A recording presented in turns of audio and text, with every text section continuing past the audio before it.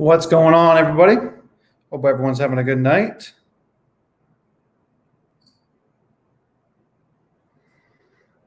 How are we doing? Let a few people get in here, but I'm excited to get some live training in tonight for everybody. Tonight I want to go over, I'm going to actually want to talk about doing virtual wholesaling. I'm going to go through some steps with you guys. I've been getting some questions on that lately. So I want to go through some steps of virtual wholesaling, what that looks like, what those steps are, and kind of walk you guys through that process. Hopefully that helps you a little bit. And then anything else you guys have questions on, anything that you need, let's do some Q&A. Anyone that wants to come in and have a conversation with me in here, come on in, come on in and let's have a conversation. Let's talk. Okay, guys. Let's see how I can help you. So let's do it.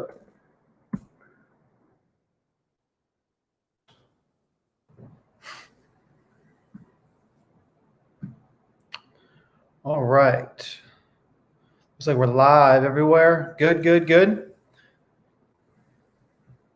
All right. Where's everyone from here? Where's everyone from? Put in the chat. See who we got in here.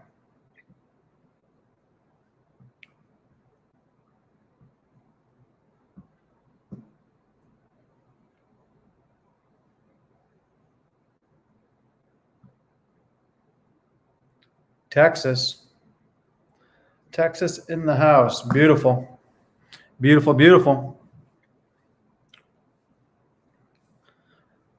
Alaska. All right. I haven't done any deals in Alaska yet. I'm sure it's probably a pretty good market. Probably not a ton of competition. Ohio. Nice. I do deals in Ohio. Omaha. All right. Good. Winston-Salem. All right. Max's country. Nice. Philippines. Wow. Love it. So let's talk about some different things here tonight. I'm going to actually want to go through some steps here with you guys of doing some virtual wholesales, how you actually going to be going about it, and the actual process, because I see a lot of people that don't quite understand the process or really trying to figure out the comps of how you can actually figure out what you can pay for these properties, right? I know that's kind of difficult when you're first starting, trying to figure out how to comp properties when you're not actually there, when you can't see them, when you can't go to the property and figure out repair costs, all that kind of stuff, and how I go about doing that in the markets that I'm in, right? So I want to share that with you. And I'm actually trying to expand now even to more markets, more all over. Hopefully I'll be across the entire United States by the end of this year. So I want to show you guys how I'm do that and how I'm able to do that. So drop in your questions that you guys have. Let's get down to business tonight. You guys know I'm here to help you. I'm gonna do everything I can to provide you guys with as much knowledge as I can. I don't hold anything back. If you know anything about me, you know that I tell you how it is. I'm a straight shooter, no fluff. You want to know the answer? I'm going to tell you. I'm going to show you everything that I'm doing in my business. All right.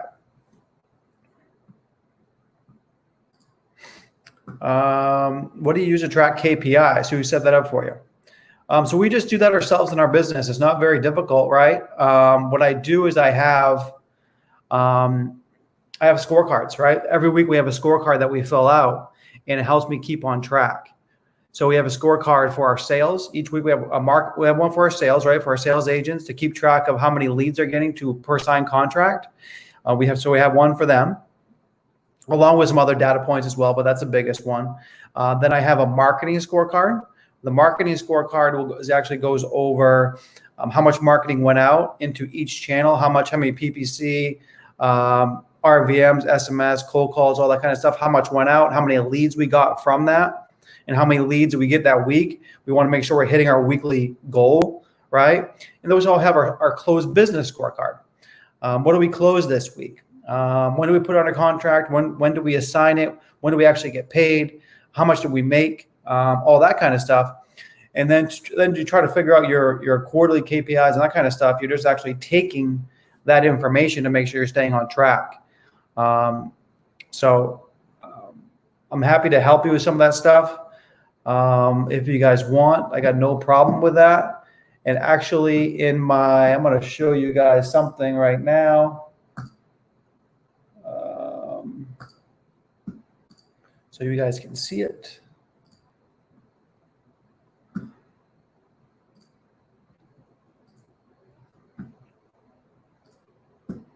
If you guys, like I said last week, I do have a new virtual course coming out here in a couple weeks. I believe it's going to be the game changer that everyone's looking for because I'm putting everything on the line.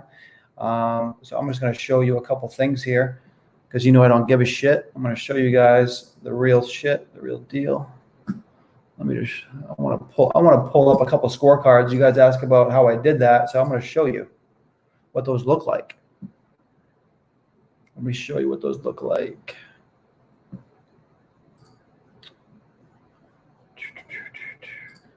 Keep on putting your questions in there, anything that you need.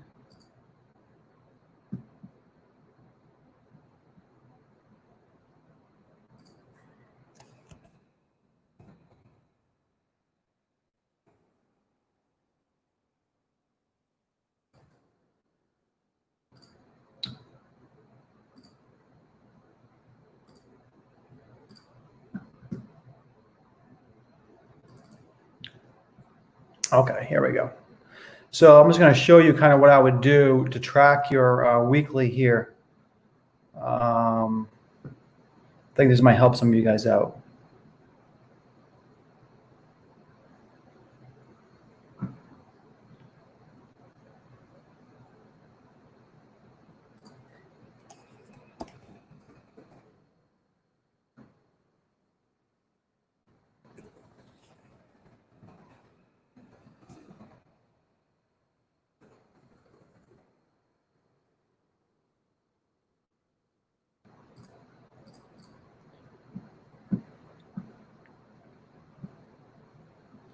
Okay, good. So I'll pull that up for you. So what other questions do you guys have? So this here is like a basic, just a basic, let me just show you.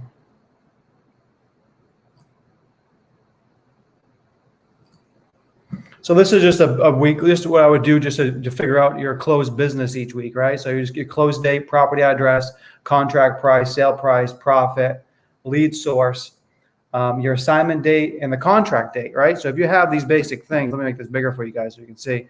If you have these basic things, every time you close a property, these are the main things that you guys want to keep track of. If you can keep track of these key variables here, it makes it really easy for you to know where your deals are coming from, right? And you can see how much your profit is, right? How much you signed it for, your contract date. So you can see what that lead time is between getting it under contract and actually closing it. You want to keep track of that variable. What that KPI. You want to keep track of your profit. What's your average deal size? That's really important. What was the lead source, right? You want to keep track of that, the lead source. That way you know you can start doubling down on the lead source that's working well for you. Let me show you. And here's just another basic scorecard that we use here. This is just a template, right? So what we do is for our marketing is we plan everything out every Sunday, right? So this is just a sample. This is not what we're doing. We actually send out 5,000 SMSs and around 10 to 15,000 RVMs every day, and then full-time cold callers. But this is one of the documents in my new course. But so you want to plan this out every single week ahead of time, right? Break out all your information, break out all your lists, break out your different messages, and get everything ready and put it into a weekly calendar. So each day you have everything ready to go, and you're not scrambling each day trying to figure out what you got to do for marketing to make sure that you hit your weekly goal total, right? And also what I talk about in my program is we really break down the goals. You've got to know how many leads you need every single week if you want to hit your income goals. If you don't know how many leads you have to get, there's no way for you to predict your income. So that's the main thing. We break this down. First thing we talk about is what's your income goal. Once you know your income goal, then we can Then I can help you break down all your numbers, right? Average deal size, how many leads per contract, all the way down to how many leads do we need each day to hit your income goal, right? And it comes back to something like this, coming up with a basic calendar. And I have like 3 or 4 more other scorecards that you actually fill out every single week with all your marketing and your sales as well. But I don't want to get into the weeds too much on this unless you guys have a lot more questions on scorecards and KPIs. But hopefully that gives you a little bit of an idea that you can just do all that yourself. You just got to keep track of what you're doing. It's not very hard. Okay, so hopefully that helps a little bit.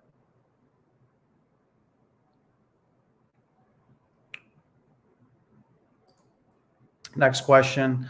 Who do you use to track KPI? Oh, I have that one. There we go. Who do I pay for the title search? If so, is there a workaround? No workaround. You gotta pay a closing company to do this for you. This is not something you want to do yourself. But the good thing about this is the buyer pays all closing costs, right? So as long as you're able to assign the deal, your buyer pays all closing costs. And that's one of the incentives of when you're working and you're talking to sellers, is you want to talk to them and let them know that the offer you give them is the net amount they're going to get in their pocket. They don't have to pay the realtor commissions or the closing costs, right? That's part of your pitch. But on the other side of that, you're assigning that contract to a buyer. So you're not liable for anything on that contract because you're assigning your entire rights to somebody else. So keep that in mind. Only thing you're doing is you're taking a fee for the assignment of that contract. So you have nothing to do with that contract after you assign it. You sign all your rights on that contract to somebody else. So now they're responsible for all those closing costs. Now, if you're not able to find a buyer and you're already open up title, then that's between you and your title company, right? That's between you and your title company, whether they're going to charge you or not. My title company usually does not charge me. I don't think they've ever charged me, but I do a lot of deals with them. So it's kind of a wash, right? They know I'm doing, 15, 20 deals with them every month. If there's a couple that we can't sell and they do some work on it, they're not going to charge me because they're going to make it up in the next one. But that's something you need to work out with your title company. But ultimately, you're not responsible for those costs. And you want to make sure that you're using a title company. You don't want to be trying to do this yourself.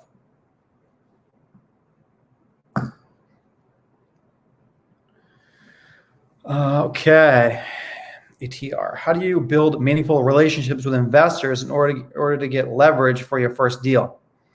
Bring them a deal. Bring them a good deal. I mean, yeah, there is something to be said about relationship with buyers, but it's not hard to make a relationship with someone when you're giving them a lot of equity in a property. You're making them money. That's all these people care about. I mean, these investors have enough friends. I'm going to be honest with you. They need you to make money, same way you need them.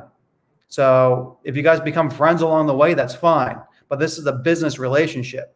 Bring them a deal, and they're going to love you. It's that simple. No need to overcomplicate that.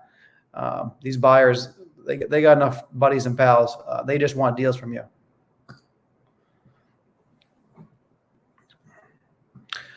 I'm in New York. I want to know if I should start wholesaling in New York or start off in Jersey or Pennsylvania. I'm guessing if you say you're in New York and you're talking about Jersey and PA, you might be that you're in Manhattan. I'm not sure, but depends on where you are in New York. I would definitely recommend someplace within driving distance. If you're just starting off and you want to see the property, you're going to want to do something that's local, probably within an hour drive. I know there's some good areas.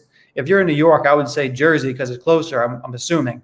So that's what I would recommend. Pick some areas of Jersey that you think might be ripe, and there's a lot of investor activity. And I can show you how to find those markets too. If you guys are interested in learning how to pick a virtual market, that's one whole section in my new course that's coming out, is I talk all about how to pick the most profitable housing market. I have 8 steps that I go through to when I pick all my markets. But if you're just starting off, pick something within driving distance. There's deals in every single city. There's always people that are motivated to sell. There's always people behind in their payments. There's always people that need some quick cash. And that's what we're doing in this business. We're providing a service for equity. Advice on constantly doing deals in a saturated market. I think every market's saturated, Douglas. Talk to more people. I mean, that's what it comes down to. You got to put out more marketing. You got to talk to more people. You got to make more offers, and ultimately you get more deals and be more consistent. And it also comes back down to this: you want to be consistent. This is how we start. This is how I started off the conversation tonight. Building out your marketing calendar, right? This is my marketing calendar, and this is how I teach it. It starts off with your goals, and you break down your goals all the way down into how many leads you have to get each and every day in order to have consistent income. So without knowing that, without knowing what your income goal is, and without knowing where you are in the process of how many leads that you can close, what's your deal to your leads to contract ratio, I don't know. Most people, when they're starting off, is probably going to be around 1 in 70 leads. So keep that in mind. What's your income goal, and how many leads do you need every single week in order to close a deal? Do you need to close for your income goal? Do you need to close 1 a week, 1 a month, 1 a day? And that's going to tell you how many leads you have to get every single day and every single week to be consistent. It just comes down to talking to more people and making more offers. That's it. Hopefully that helps, Douglas.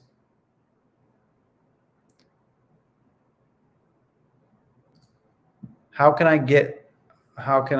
got leads every day? There's a lot of way to get leads. The best way, I don't know if it's the best way, but this is what I do in my business right here. PropStream, estesdata.com. Check it out. 7-day free trial if you want to try this out. And I'm not giving this to you guys to sell you something. This is what I use in my business every single day to pull data and get leads. This is all that I use. That's it, 100%, other than PPC. So you want to be consistent. You got to pull data off here. You get 10,000 free records every single month.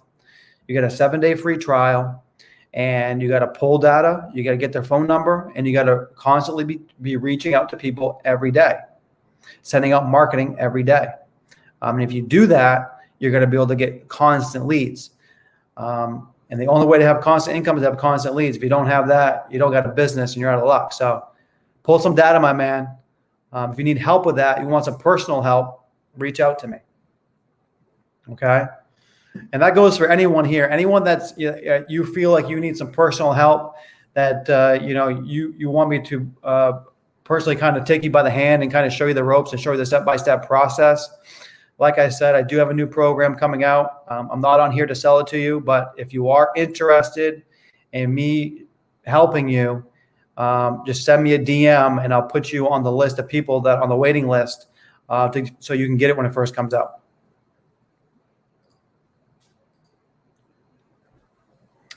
Okay. Nick, I have some buyers that tell me, send me your deals via email. I'm confused about what I need to sell them, what I need to send them, and how do I put it on paper? Okay, good question. So one thing I would recommend, if you're just starting off, if you don't have a website dedicated to selling your deals, is you just got to email them. So what you want to email them is you want to make sure you have pictures of the property. First of all, make sure you have the deal locked up. Maybe you have to have it under contract. Never send a deal or a potential deal to a buyer unless you have a physical contract on that property. Okay. Now, if you have the contract on that property, then you can send an email blast out and a text blast of the information about it. Now, what investors want to know is most likely that, have a nice outside picture, and then you got to have plenty of pictures. I like to have at least have as many as you possible, 50, 100 pictures of the house, every angle, every room, inside, outside, basement, attic, everything, right? And then you got to send them the purchase price, obviously, the condition, a little write-up, bedrooms, bathrooms, square footage, your phone number, how much you want for the property, your asking price, what the ARV is. That's pretty much it, I guess. There's probably a few more things, but they just want to know the basic information about the property. They just want to know the address, the condition, and your asking price, and the rest they can kind of do themselves. I mean, they can look up the bedroom, bathrooms, and they can tell by the pictures the condition, and they can tell the ARV themselves. You know, you don't need to tell them that, but the more information you can give them, the less work they have to do. But that's the basic information, my man, of what they're looking for. Okay, hopefully that helps. Just think about it this way: if you were to buy a property, what information would you want to know?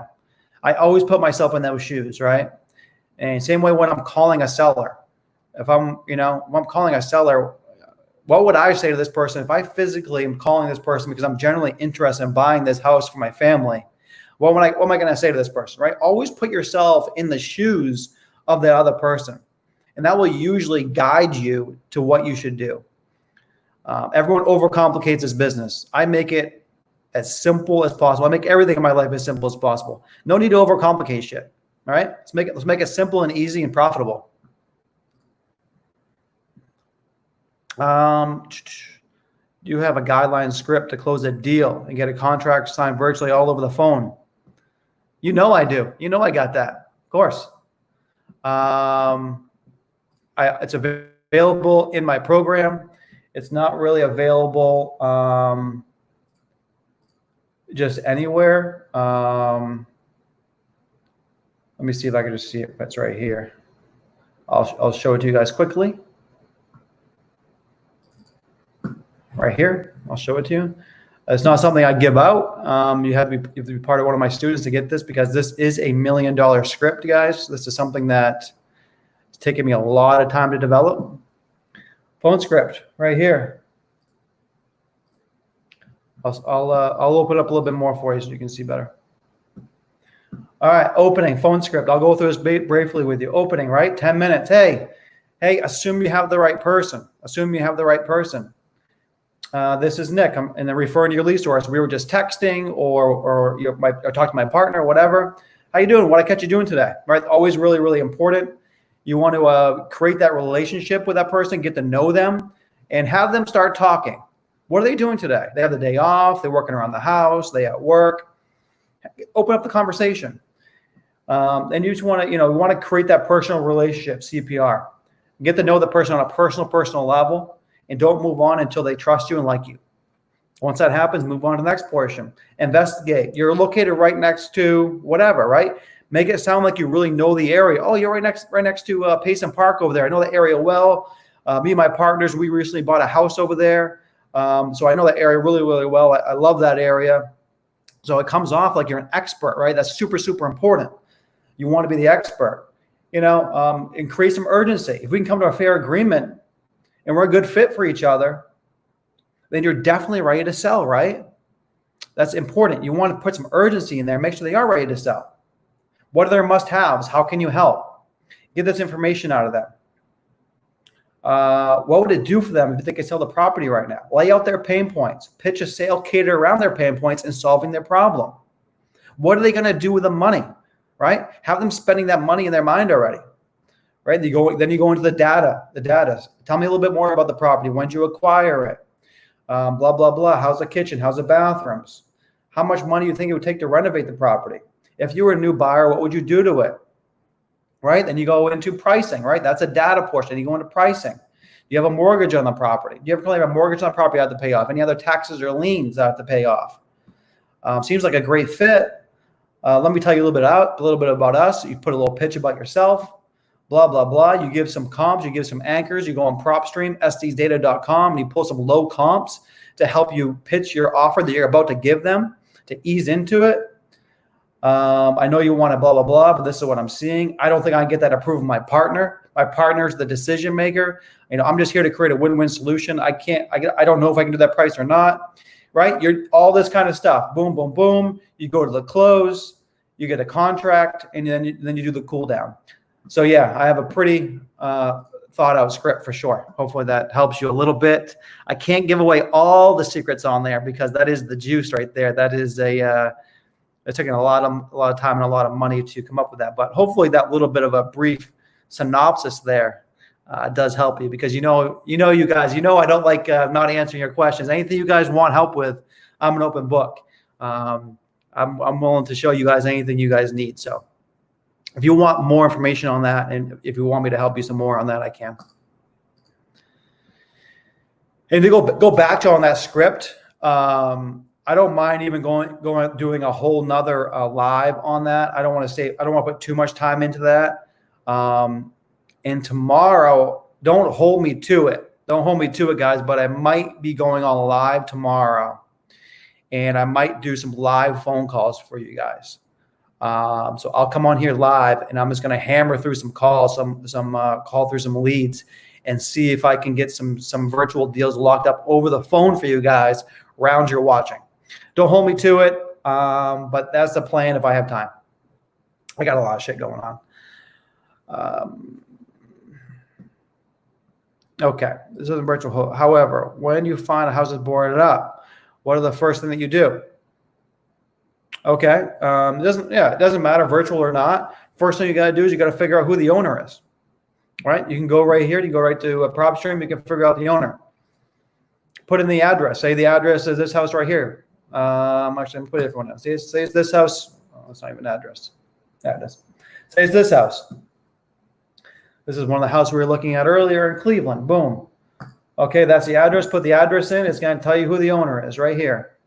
Michelle Rudolph at La Rosa Ave. That's her mailing address, Cleveland, Ohio. Right? So now I have all the information. I can take this information, and what I would do is I'd bring it over to batch skip tracing.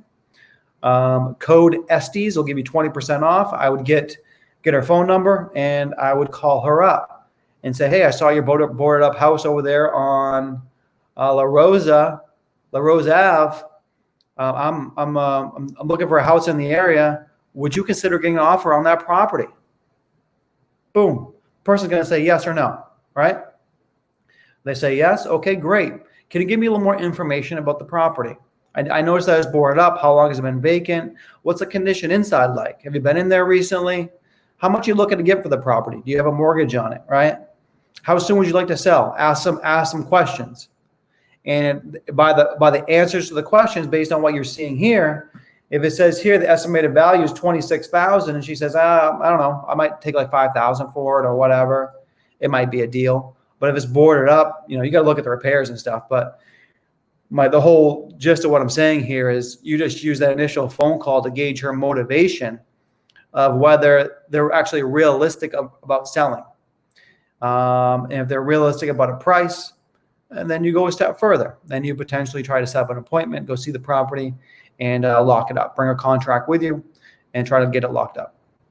Okay, so the first thing you got to do is you got to get the person's contact information. You can do it right here on Estes data, or you can do it right at the county assessor site, the tax assessor site. You can look up the owner's name and address, and the address, and it'll give you the owner's name and mailing address, the same thing it shows here.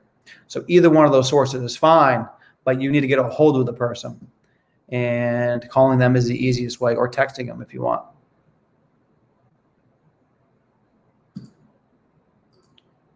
Okay, how do you price properties, though, that is gone ASAP, but also you make a good spread? Abby, yeah, sure. So it all depends what's going on in the area. I think I've showed you guys this before, but if what I do here is I go into Estes data, and it doesn't matter how much you're making. Only thing that matters is how much you get it under contract for and what you're able to assign it for based on what cash buyers are buying in the area for, right? That's all that matters. So if let's just say, for instance, that, let me just go to here, right? I'm just going to go here. I'm going to go, actually, let's do it here, cash buyers. And what I'm trying to see here is, okay, so let me just say, blah, blah, blah. I go down here. I look at some pictures, and I'm seeing, okay, my house is very similar to this property, the one that I have under contract. And I noticed that a cash buyer bought this property for $20,000. Okay. So I'm thinking, okay, this one here sold for $16,000. It's probably in a little bit worse condition. Doesn't have inside picture. So I can tell by this information that maybe cash buyers are buying in this area, these types of properties, anywhere from $16,000 to $20,000. And I had this house under contract for $5,000. So I know that investors are paying 16 to 20 for similar properties. These are cash sales, and these are investors that bought these properties.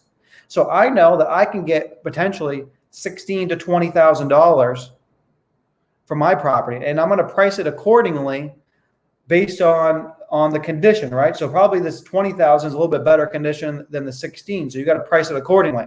So let's just say that you price it at 15,000 and you have it under for 5, you're going to make 10,000. Now, it's all relative. If you have this house under contract for 2,000, you still can get 15. It doesn't matter what you have it under contract for. That spread is only relative to what you have it under contract for. Okay? So that's why it's so powerful to be able to use a program like this, because I can tell exactly what cash buyers are paying for similar properties, and that's all that matters. So I know this is a low price property, but let's just say that this is 100,000. Let's just say I see these couple properties here. I say this is 100 and 105 and 110 and 98, right? I can see, okay, buyers are buying right around 100,000. So I probably want to price this property right around 100,000 or 98,000. And these are all cash sales, by the way. So that's the key takeaway here. This is not on market, on MLS properties that homeowners are going to buy. These are rundown properties that investors are buying. And I can tell for this new example, they're selling around 100,000. So I priced mine like 99, 98,000. And if I had it under contract for 90, I can make 8,000. But if I had it under contract for 60, I can make 40 something thousand, right? So it's all relative to what cash buyers are buying in the area. It has nothing to do with how much you make, right? The better job you do on getting a deal under contract for less, the more money you're going to make. The spread that you make has nothing to do with what an investor is going to pay. So hopefully you guys realize that. That's why it's really critical that you get deals under contract for a low price, because the investor is going to pay what an investor is going to pay, right? They're going to pay what the market's giving, right? So I know that if I price this property around 98,000, I'm going to have multiple investors that are interested in this property. Okay, hopefully that makes sense to you guys. It has nothing to do with the spread. It has everything to do with making sure you price it at what investors are paying for similar properties. And you make the difference between that and what you have in our contract for. And that's how I teach it. And that's how you make the most money on each deal. Okay. You guys liking this so far? We're just getting started here tonight. We're just getting started. I'm going to drop some bombs here for you tonight. If you guys like this, please share this video. Like I said, I want to keep on providing this community as much value as I can for absolutely free. There's no one that's giving out this kind of shit. And I believe that everyone needs this kind of stuff to change lives. So let's do it together. Help me share this. Help me grow this community, and I'll keep on helping you guys. Now, Christopher, you don't pay for the title search. You open up title, but your cash buyer pays for that. Okay, your cash buyer pays for that. So you don't have to pay for that. The cash buyer, maybe I didn't explain that. When you open up title, they don't charge you something. So when you open up title, the only thing you have to do is give them is your contract, and they're going to start working on making sure there's no liens or anything. But they don't charge for that process until you actually buy the property. And you're not buying the property, you're a cash buyer. So you're not on the hook for any of that. Okay? So don't worry about that. Just make sure you have it under contract for a good deal so you can assign it.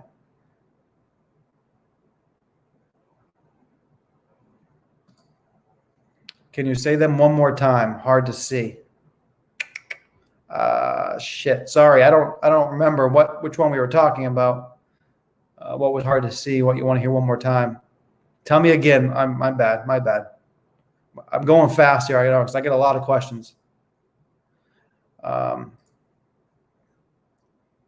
Can you give me a good script to get me leads? Okay, to get leads. So a script to get leads. Sure. I'm going to give you 2 scripts right now. Crap. I don't need to show you that. I got everything on this computer. I got everything built up, but let me just tell you. Okay, when you're SMSing, when you're text message marketing, well, we'll start with that, I guess. And like I said before, guys, I keep this business simple. I teach it simple. I break everything down. And your messaging has got to be simple too. You overcomplicate it, you're going to fuck it up. And the less you say, the more you make. That is the golden rule in this business. The less you say, the more you make. Make the seller talk to you. Make the seller spill their guts. All your job is to ask key questions and listen, okay? Speak 20% of the time, listen 80. If you're rambling on trying to tell them all the benefits of working with you, half the time they don't give a shit. They got a problem on their hands. Ask the right questions and solve the problem, because you might be spitting out all kinds of stuff they don't give a shit about. Only thing they care about is their problem. So find out what their issue is, then solve that, okay? So I'm going to lead in with that information is say less, okay? Say less. Now, when you're sending out text message marketing, keep it simple too. I use batch for that, batch leads. I can give you guys a code on that to get half off your first month. If you're interested in that as well, let me know. I'll post that for you. But the message is very simple. It just says, hey, the person's name. I'm interested in buying. I'm interested. What do I say? I'm interested in your property on the address. Would you ever consider getting an offer? Do I have the right person? Right? So something like that. Hey, I'm looking to buy a house in the neighborhood. Would you ever consider getting an offer? Would you be open to get an offer on your property? Right? Just simple things like that. And all you're doing is making general questions. Right? So only thing you want to do is try different variations of that. Right? So only thing you're doing on that, and only doing RVM. I see someone here. The next question is, what is RVM? RVM is ringless voicemail. Okay. So what happens with the ringless voicemail is it's the same thing. It's like a bulk voicemail service. Okay. I do this a lot. We send about 10, 15,000 of these every single day in my business. And what it does is you upload your list. So you get down off from Estes data into the program. And what it does is it calls each person twice at the same time, twice. And what it does is it forces an automated voicemail that you make into their voicemail box. So same thing with that. My voicemail will just be like, hey, this is Nick. I'm looking to buy a house in the area. I'm just seeing if you consider getting an offer on your property. Give me a call back at my number. Hope to hear from you soon. See how simple that is? I'm not going on and on about I can pay cash, I can close quickly. I see that you're in foreclosure or any of this other stuff. I'm just saying, hey, I'm looking to buy a house. I'm interested in your property. Would you consider getting an offer? And that's what you want to say on all your marketing no matter what you're putting out. Same thing on cold call. When you're cold calling, I have a cold call script right here. I think I went over that with you the other week, last week. Very, very simple. My cold call script. You're assuming you have the right person. Hey, John, this is Nick. I'm just calling about your property on Main Street here. Looking to buy a house in the area. Would you consider getting an offer on that? Boom. They say no. Okay. Off to the next person. They say yes. Okay, great. Glad I got a hold of you. Let me just ask you a couple of basic questions about the property. That way I can make you an educated decision and get you over a fair offer. Right? Ask them a couple of key questions. See if they're motivated. If they're motivated, boom, set the appointment. If it's virtual, you go into your sales script. Keep everything simple, guys. Okay. Hopefully that helps. Would you recommend wholesaling, use a realtor? No. Never use a realtor. I got to get this question a couple times a week. Never, ever try to wholesale a property that's on the MLS or use a realtor. That's what I never do it. There might be somebody out there that recommends this, but I would never recommend using a realtor or trying to wholesale a property that's on the MLS. It just doesn't make sense. It doesn't make sense. Any property that's on the MLS, they're going to want retail pricing. You're going to be competing against the same cash buyers you have to send the deal to. You have to sell the deal to. So if you pay more than your cash buyers, you got no one to sell the deal to. 3, realtors fuck it all up. You know what I mean? It's not very easy to assign a deal when there's a realtor involved. Plus, they want to use their standard realtor contract. You got to use your contract that protects you and allows you to assign the deal and gives you the escape clauses, right? I spent a lot of time and a lot of money developing my contract to give me what I want, and I want to use that. And realtors don't let me do that. Now, I'm not saying that you can't do it on the MLS, and I'm not saying you can't use a realtor. but it's definitely not a strategy that I recommend or a strategy that I teach. Okay. Hopefully that helps you. Okay. How do you inspect property when doing virtual wholesaling? I don't inspect a property. I don't give a shit about the inspection. I don't really care about the condition. Only thing I care about is making sure that what they told me over the phone is pretty relative to the condition of the property. Because in that last example, what I'm doing is I'm on the phone with the person, right? I'm on the phone with the person. Okay, tell me a little about the condition. Okay, how's the kitchens and bathrooms? Is it livable? Okay. And I'm doing like this, right? And I'm talking to them. I'm asking them questions about the property. And at the same time, I have my Estes data up. Okay, how's the kitchen? What's the kitchen look like? Okay, it's pretty rough condition. How's the countertop? How's the flooring? Right? I'm going through the property. What's a bathroom like? And I'm comparing that condition that they're telling me over the phone to what I'm seeing investors buy for. So that was pretty rough. Okay, now if they tell me the house is in better condition, right? I'm just going to go through and I'm going to find something that's in better condition. I'm not getting much here right now, but okay, so this is a little bit better condition, right? So I match it up based on what they tell me. Okay, that's one I just had. But hopefully that kind of tells you what I'm saying, right? So this one here, okay, the bathroom's been renovated a little bit. This one was clean, right? Been painted. So it's in kind of that kind of condition. All right, good. I see an investor just bought this property for this amount of money.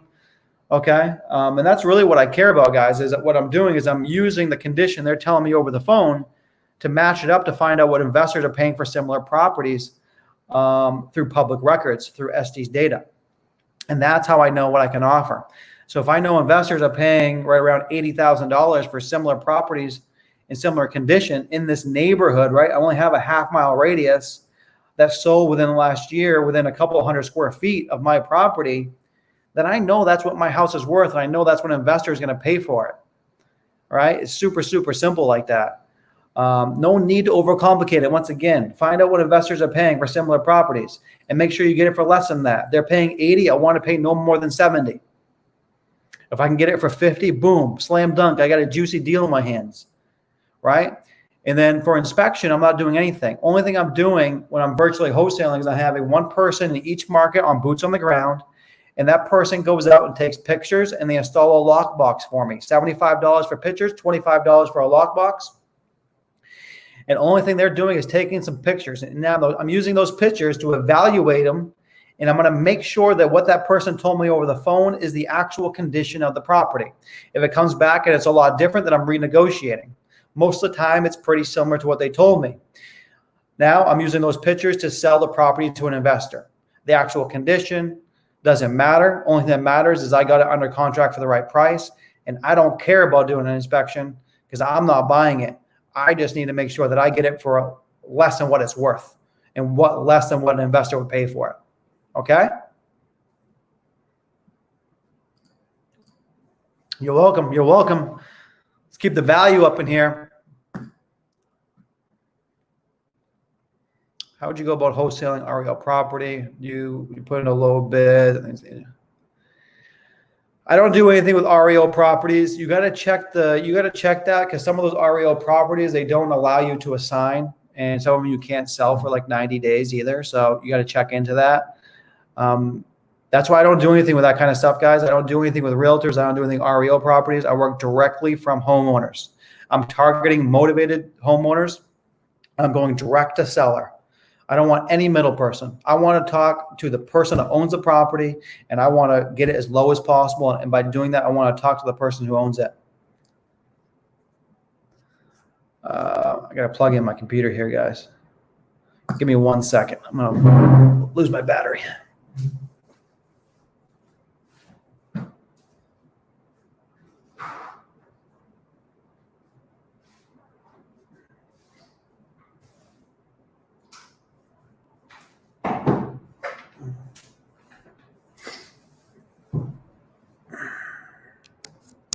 Okay, sorry about that. All right, next question. Just joined you live. Love it. How can I get started with now money? I'm assuming you mean no money. I hear all the time, you don't need money to start. Okay. Well, you don't really need money to start, but you are going to need money for marketing. That's really the only thing you're going to need. You're going to need money to market for deals. If you have goose egg, the least expensive way is just to drive for dollars or ride your bike for dollars or walk for dollars, right? You got to find some distressed properties. If you can't pull lists online, find some distressed properties, go to the tax assessor site, all completely free, find out who the owner is and get a hold of them. There are some free skip trace services online. True People Search, I think, is one of them. It's not as accurate as using like Batch, but it will work. I'm assuming you have a phone. Call them up, start making offers. That's essentially free to do that. You might need a little bit of money for an earnest money deposit, but you can put down like $10, $100 if you have it. That's about as cheap as you can get. I mean, that really doesn't cost anything. If you have a little bit of money, I would suggest the next best thing is to get Estes data. It's $97 a month. And then you get 10,000 records like this you can download every month, and you can call these people. But if you don't have much money, driving for dollars, go find some properties that look distressed, high grass, look abandoned, tarps on the roof. They just look like they're in disarray. And find out who the owner is on the tax assessor site and call them up or text them and see if they'd be interested in getting an offer. That's how you can do it with pretty much zero money. Okay. You got it. Is probate a good niche? Yeah, probate's great. Probate's a good list.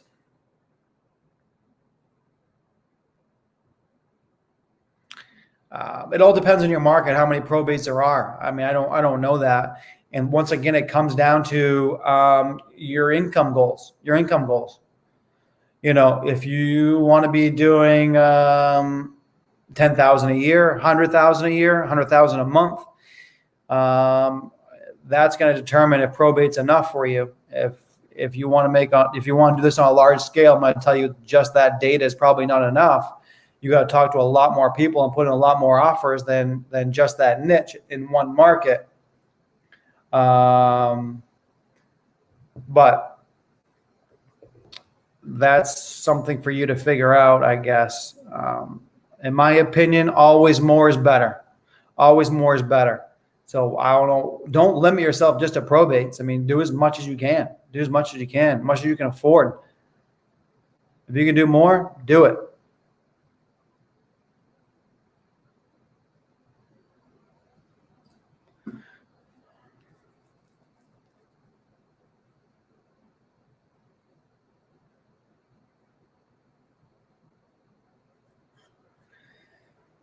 Why aren't investors interested in my area and go 3 over my house and find at least 10 duplex and triplexes?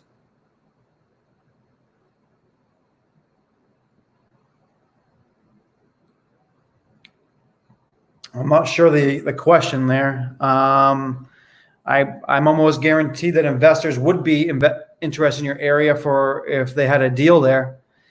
Investors are interested in any area they can get a deal on. Okay. So I guarantee you that if you offered an investor a deal for a house there for $100, they would take it. Right. Do you see? I know that's an extreme case, but it's all relative. It all comes down to price. An investor will buy anywhere for the right price. Maybe you just haven't had a good enough deal yet for them to buy there. I don't know if that answers your question or not, but hopefully.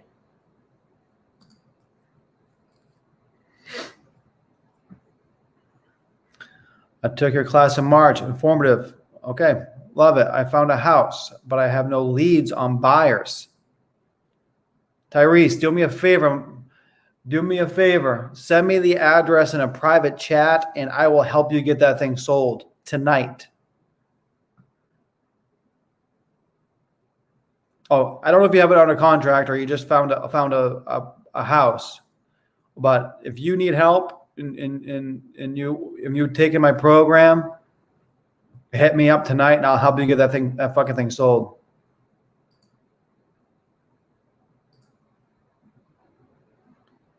Okay.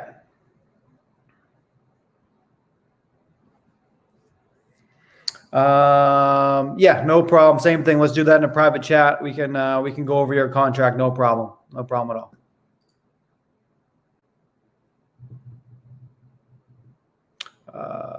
From willing to train. I didn't yet master the call. All right, hit me up if you need some help. Happy to help. Happy to help.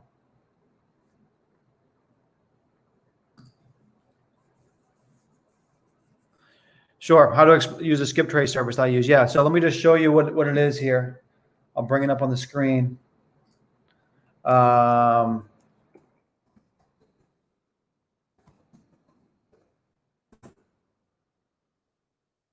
Batchskiptracing.com. Okay. So what you want to do is you take your list from Estes data from PropStream. Okay. So you say you have a list that you want to buy. So let's just say that, for instance, doesn't matter. Let's just say that, let's just go Cleveland, Ohio. What I'm doing this quickly right here, obviously I can go through these different filters with you. I believe my first live that I did here, I showed you all the filters that I use, but let's just say we're looking for vacant properties that have at least 50% equity, 50 to 100% equity in Cleveland.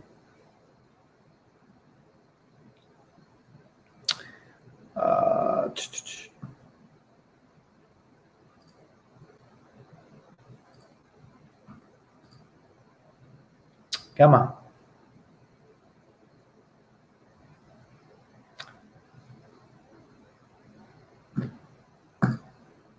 Or this one right here. This is a pre-foreclosure list. Anyways, my computer is going slow right now, but okay, here it is.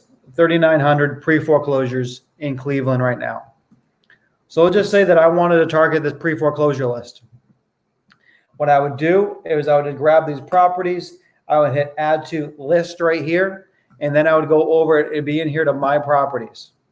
All right, guys, this is once again, this is my prop stream. You can see that all my data, I have 188,000 records in here, and I would just pick my list. So say I had that Cleveland list, I would pick that list, whatever it may be. Let's just say, for instance, I'm just picking this list here. This one here is a Columbus, Ohio bankruptcy list. But let's just say that this is the list I want to target. Here's all my bankruptcy lists, everyone in Columbus that I pulled on 127. I would simply select all of them, and I would hit export right here. I would export all these leads down into a Excel sheet. And I would take that Excel sheet that I downloaded with all this information. It has the person's name and address, right? All these different data points. Then I would come over here to batch skip tracing, and I would hit submit my list. And then I would upload my list into here, right? They have a video on here showing you how to do it. You upload the list. And once you get in here, make sure you use the code Estes, and it's going to give you 20% off. Okay. And simply once you upload this list in here and it's done, when it's all completed, what's going to happen is that they're going to shoot you back another Excel sheet or CVS file, whatever you want to do. But next to each one of these lines here, it'll have the person's phone number. Super simple. You're downloading a list and uploading a list and downloading another list. Okay, you're just using different programs to get data and get phone numbers, but you need both of them in order to do it. Okay, so it's a very, very simple process. You're just uploading a list, and they shoot you back the numbers of the people. In most cases, usually multiple phone numbers, 3, 4, 5 numbers for each person. Because some people have, landlines, cell phones. Sometimes you'll get a mother, a daughter, a brother. You'll get everyone in the family, right? That's the hopes anyway, so you get a hold of these people. So hopefully that helps you, but super simple process. And they have videos, tutorials showing you exactly how to do it, right? I mean, everything that you need. So just go right on here, and it's going to show you what to do. Right? Okay, Good.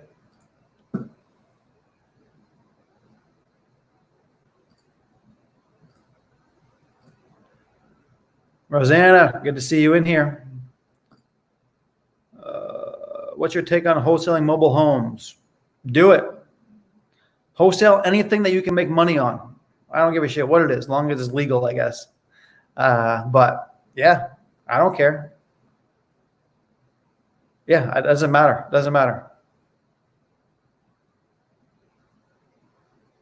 More the better. More the better, you guys. You gotta get out of the small mindset. Why this? Why not this? Why not everything? Fucking do it all. Make as much money as you can.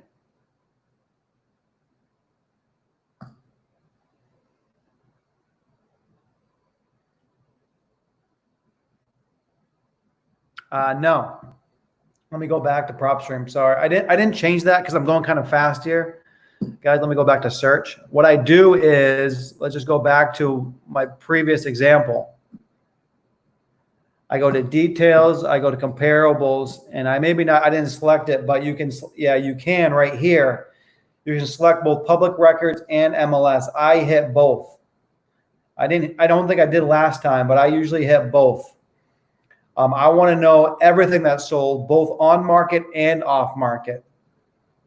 And then same for cash sale. So when I'm looking at ARV, when I'm trying to find the ARV, I'm looking at everything on both, and the same for cash sales. Okay, I want to know. I want to look at all the data for sure. Always both if I can. So yeah, answer that question, I guess. That's what I like to hear. That's what I like to hear. Thank you, my man. You know, let everyone know that this is where you're going to find the most information. Like I said, I don't think anyone else is going to go this deep of a dive with you guys for free. So that's why I'm here, provide you guys value. Okay. Do you contact cash buyers while they are reviewing the contract, or do I wait until? Now I'm finding cash buyers the second I get it signed, for sure. And then if something happens with the title, I just let the buyer know. Listen, I know unfortunately there's an issue with this title. You know, because sometimes you can work through it. It might just take some time, and then that's up to the buyer. You know, there's some issues on this. We got to get them cleared up. You know, it might take a month or so. Are you okay with that? But I want to find a buyer. I want to get them locked in. I want to get a non-refundable deposit, and I want to get to work, and I want to get this fast. Speed is important. I'm not wasting a fucking second. I'm doing it the second I get this locked up. I'm pulling my cash buyers on the MLS, on public records, on Estes data, and I'm getting pictures the next day. And then as soon as I have the pictures, I'm blasting it out. Rounds are doing the title. Don't waste any time. Speed's important. Speed's important. Speed is more important than being perfect. Can you go over a text campaign using batch? Do you use different phone numbers? Yeah. So, yes, I can go over that, but same thing. I don't really have enough time to go into it in detail on here, but just go to batch leads and same thing, use my code, and it'll give you a discount. But essentially they're going to have videos on there showing you how to do it. And they recommend that you always change, they change the numbers automatically for you. So you have to select a lot of numbers, and they change them automatically so you don't get flagged for spam. So batch does that automatically. They pick different phone numbers, so you're always constantly changing phone numbers, so it doesn't look like you're spamming people. But that's one of the benefits of using a company like Batch, because they do that for you. Okay, so check that out. Yes, I do. I'm coming out with a new program. If something you're interested in, send me a DM on Instagram, on Facebook, wherever, and I'm going to put you in the list for one of the first people that can get access to when it comes out here here in a few weeks. I'll put you on the list. Do you gym, bro? Do I work out? Yeah, I try to. You're a trainer? What's going on? I want to host it from Puerto Rico. I have no experience. I'm watching YouTube and taking notes, but I have no idea how to execute without screwing up. Jose, fall forward, my man. You're not going to win them all. I can guarantee you that. I fucked up a lot during the way. I still fuck up. Nothing's going to be perfect. That's for damn sure. If you want some personal help, once again, I do have my program, but that's not what these lives are about. This is about training. My only advice to you is you got to get out there and you got to do action, right? You got to do action. I don't know if you want to do that local in Puerto Rico, if you want to do it in the States. Only thing you can do is start talking to people, start pulling some lists, start making some calls. If you fuck up, so what? You don't know the person, hang up, call the next person. Eventually, you're going to get better. But you're never going to get better if you don't start. So today's the day. If you want help cold calling, let's make some calls. You want to hop on a call right now and do it? Let's make some. If it wasn't so late, I actually would do it right now with you. We get rid of that fear real fucking quick. That's for damn sure. But let me know how I can help. If you need some more help than that, let me know. I'll make some calls with you. I don't care. You're welcome. How do you find boots and eyes on the ground in other states? The easiest way that I found, what I just use Craigslist, guys. I just use Craigslist. Super simple. You put a simple ad on Craigslist. I'm looking for a photographer to use on a consistent basis. This is the pay. This is what I'm looking for, and you're going to have dozens and dozens of people apply. I mean, it's an easy gig. Everyone's got a camera now. As long as they're not a numbskull, they can figure out how to take pictures of a house and put a lockbox on. So it's not hard finding somebody.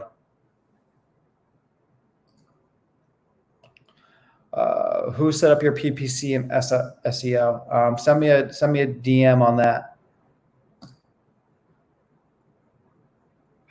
Can you explain how earnest money is used in wholesale deals? Sure.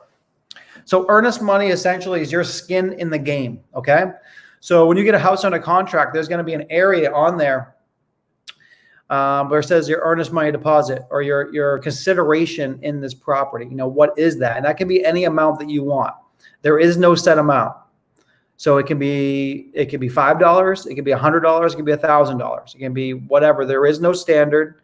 It's whatever you feel comfortable with and whatever your seller feels comfortable with. I will tell you right now, my company, I put $100 on every contract. That's my standard contract. And I don't hardly ever get a pushback on that. Once in a while I get pushback, but I usually don't go over that. Sometimes we'll go up to 500 if we absolutely need to, if it's a really good deal. But we just let them know it's company policy. This is company policy. We put $100 on every single house we do. If you're not interested in selling, I understand. Maybe we're not the best fit for you. Push back hard. You got to stay in control, right? Stay in control of these conversations. Be the boss. Boss the fuck up. Let people know. If you want to do business, if you're motivated to sell, this is how I do business. You want to work with me? This is how I do it. Don't be an asshole about it, but stay in control of the conversation and just let them know. We put $100 down on every house. If something were to happen and I don't buy your property, you get to keep that. But that's how it works. It's super simple. You give the $100 to the title company, and they handle the rest. Yeah. So essentially, just your skin in the game. It could be any amount you want. Like, hopefully that answers the question. What's the average number of texts you send to land a deal? I was doing this math the other day on last week's live. 200 texts to get one lead. And in my company right now, we're closing about 1 in every 40 leads. 8,000 texts to get one deal. Now, depends on where you are. Most people, when you're starting, you're probably going to be around 1 in 70. So 200 times 70. 14,000 texts you got to send out to get one deal. Not very hard. With batch leads doing the text, we send out 5,000 a day. So send out text 3 days and you got a deal. Pretty simple.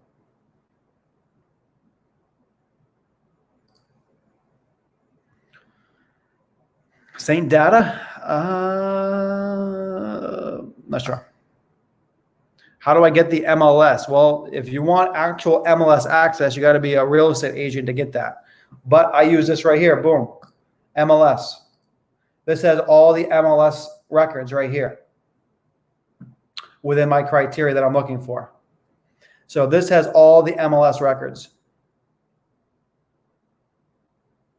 I get it right on Estes data, but if you want actual MLS data, you have to get it in your market, and you have to have a real estate license. Where is the tax assessment office at? Well, I don't know where you're located. It's going to be your local courthouse. I don't know, but just look it up, Google it. That'd probably be the easiest way.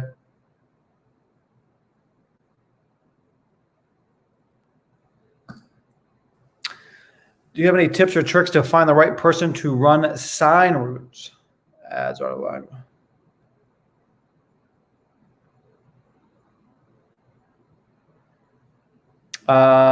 You mean like put up bandit signs? I'm assuming is what you mean. Yeah, what I do is same thing. I find people on Craigslist for that, and I use an app called what is it?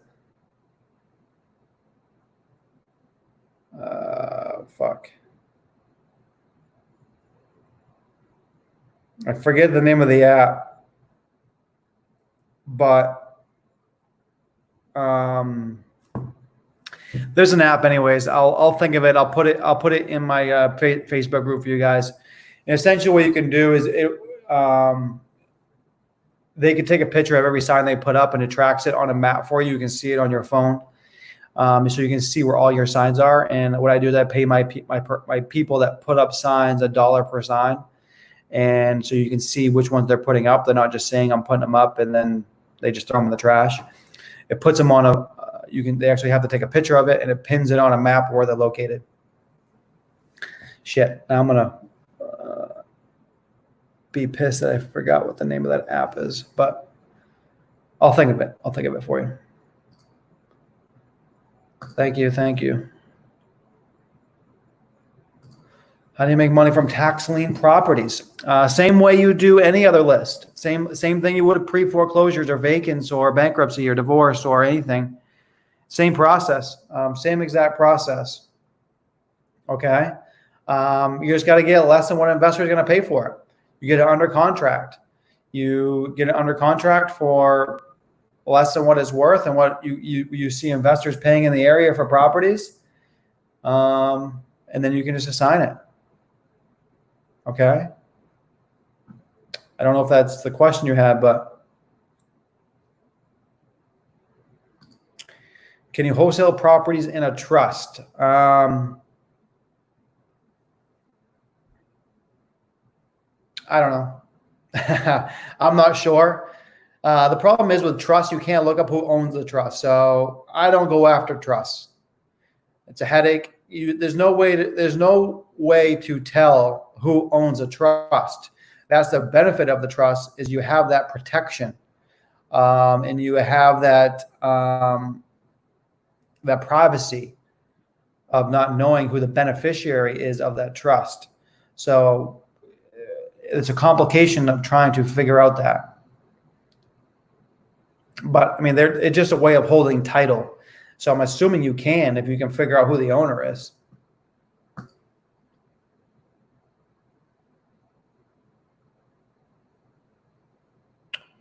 I'm not positive on the on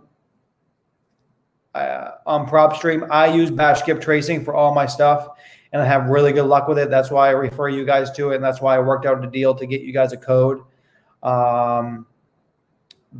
I've had really good luck with them. It's usually always over 90% People come back with phone numbers and they're accurate. So I would recommend using Batch just because that's who I use.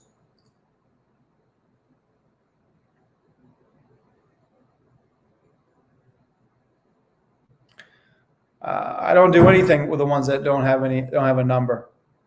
If they don't have a number, I'm not doing anything with it. You know what I mean? You can mail the people if you want.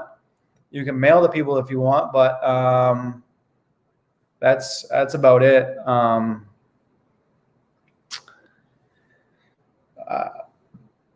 I don't do anything with them.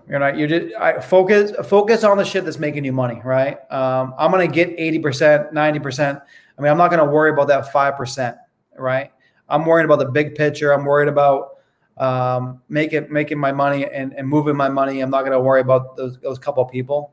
I guess if you want to, I would mail them. Because you have the address, you can mail them, or you can knock on their door.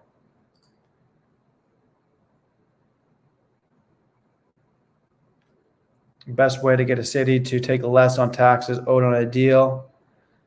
I don't know, beg them. Hopefully you know someone down at the office that you can suck up to, right? I don't know. There's no trick to that. Nick is a man. Joe's my man. Joe is one of my acquisition managers. Great guy. Thanks, Joe. Joe, if you want to come in here, we can do some mock calls. Show these people what's up. Show them what you do every day. Does batch skip remove the individuals on DNC list? They do if you want them to. If you want them to. That's up to you. And you can also use a service like Blacklist Alliance, which will get rid of litigators, people on the litigator list, which have been known to sue people. You can get rid of those people too if you want. Up to you if you do that.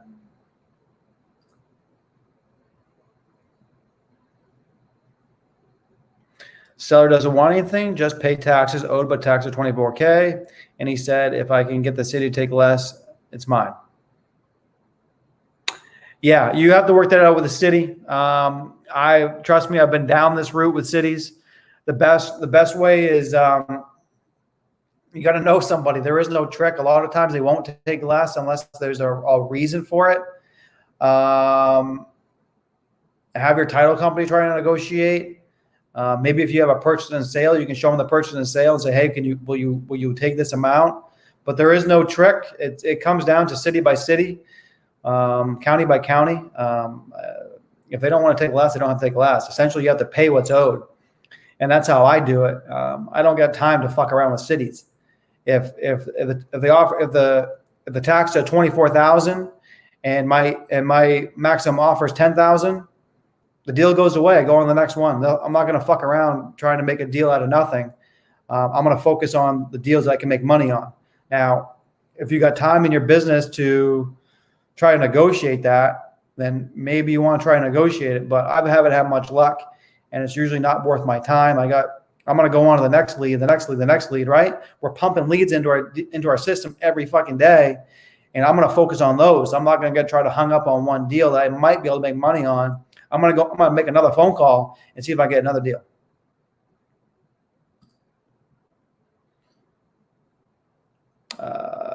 What techniques or resources do you use to finding buyers? Do you have an encouragement? Do you encourage in-person meetings? No, I do everything virtual. Like right here, cash buyers. These are my cash buyers around this property. I mean, look at all of them. Right? So my property is right here someplace, right? These are all cash sales. Let me move this up a little bit so you can see. These are all cash sales right here, right? So these are my cash buyers. So if you want to find cash buyers, go to Estes data.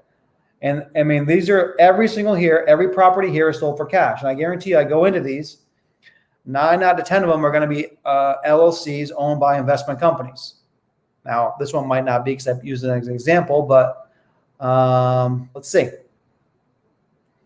Program Cleveland Land Revitalization. Yes, right? That's a company that buys property. Boom. All right. Skip trace them, find out who the owner is of that corporation, and call them up. You just bought a property right next to me, right? My property is right here. Number 3, right next door. Okay. Obviously, this person likes this neighborhood. Investors love to buy in neighborhoods they already know, right? They know the neighborhood. Here's another one, but the same thing, same person. This must be an area that's rich on that. But I can click on any of these.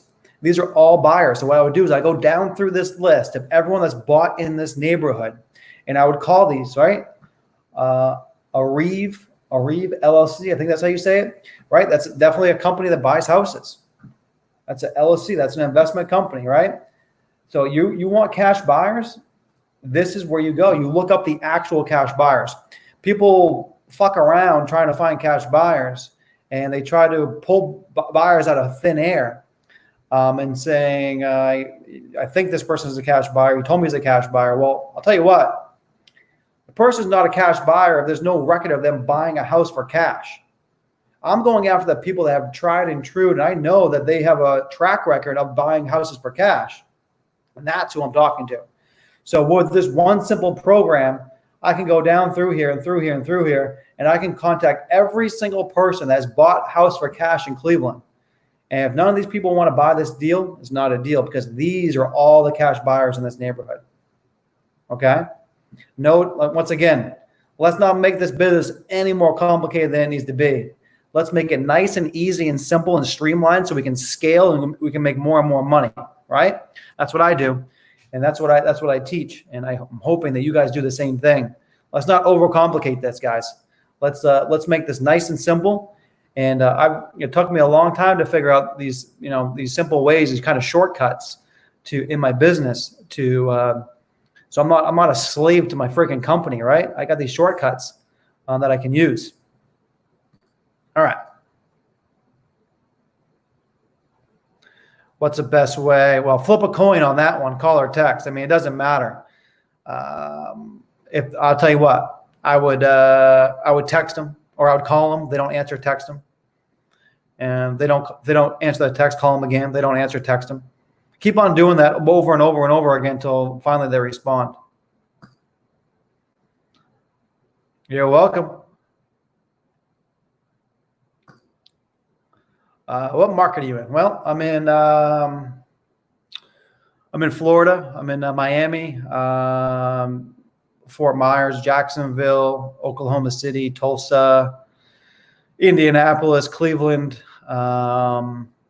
Cincinnati, Dayton, Columbus, Portland.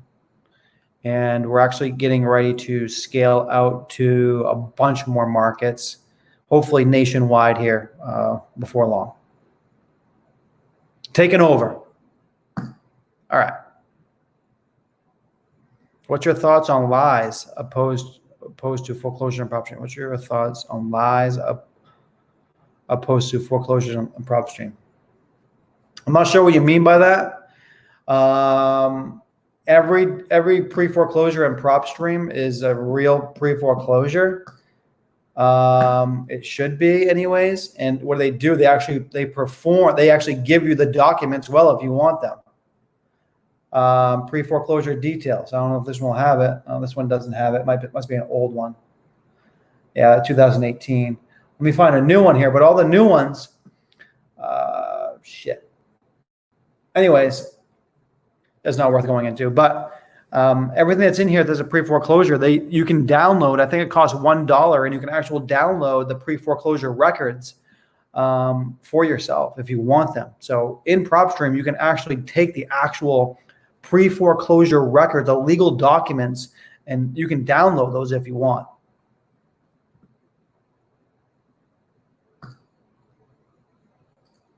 I'm able to watch this right now. Yeah, of course. This will be, it's going to get saved on my YouTube channel and in my Facebook group. Okay.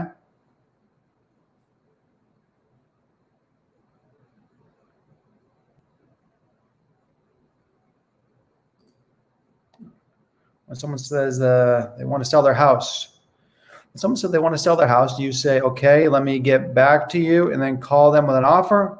How do you get an offer? Well, a couple different things. So if you're on the phone with somebody and and what you need to do is you need to gauge their motivation. Okay. While you're on the phone with them, you need to get a lot of key information out of these people. Okay, so say you're cold calling or you're sending them a text or whatever it may be, most of the time it's going to end up you getting on the phone with them and for them to say they're interested in an offer. So once they say, yes, I'm interested in an offer, then it becomes a lead. Okay, but you never hang up on that lead. You got to get the key information, guys. Okay. When I say key information, all you got to do is ask 3 or 4 or 5 key questions to gauge their motivation. Once you know the motivation, then you can take and either set the appointment, or if you're virtual wholesaling, you go right into your sales script and you're making them offer on the phone right then and there. Okay. Speed, once again, speed over perfection in this business.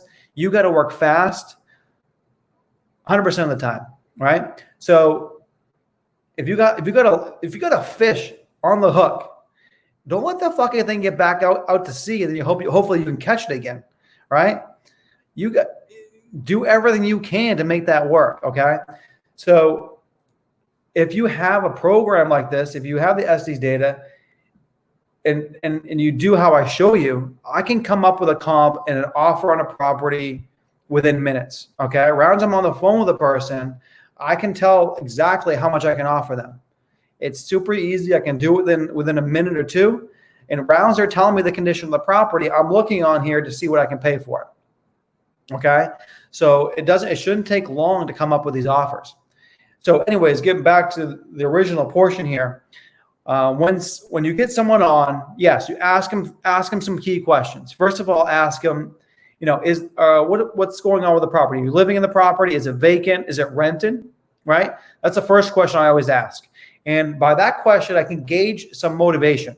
If they're saying they're living in the property with their family, they're probably not that motivated. If they say the house is vacant, then that's on the other end of the spectrum. They're the most motivation, right? If it's rented out, it's in the middle, right? They're probably making a little bit of money, passive income, maybe not, right? But it's probably a headache for them.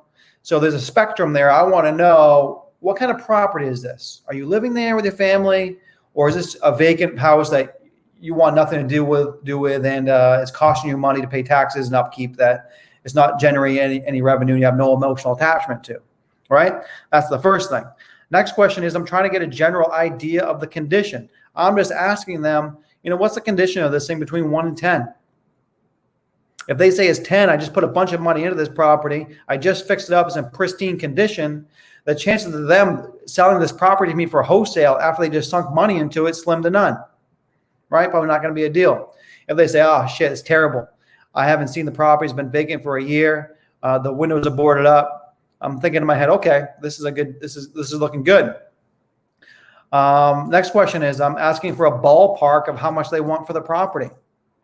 I'm not telling them to give me an exact price, give me a range, give me a ballpark. And then I can go simply right here. Okay, estimated value is this, right? So let's just say it was 100,000, and they tell me I want 120 for it. They got no motivation. Now, I'm not saying this price is exact, right? This estimated value, I'm not saying it's exact, but it's close enough for me to get them to gauge their motivation. If they say they want 120, I know they're not motivated.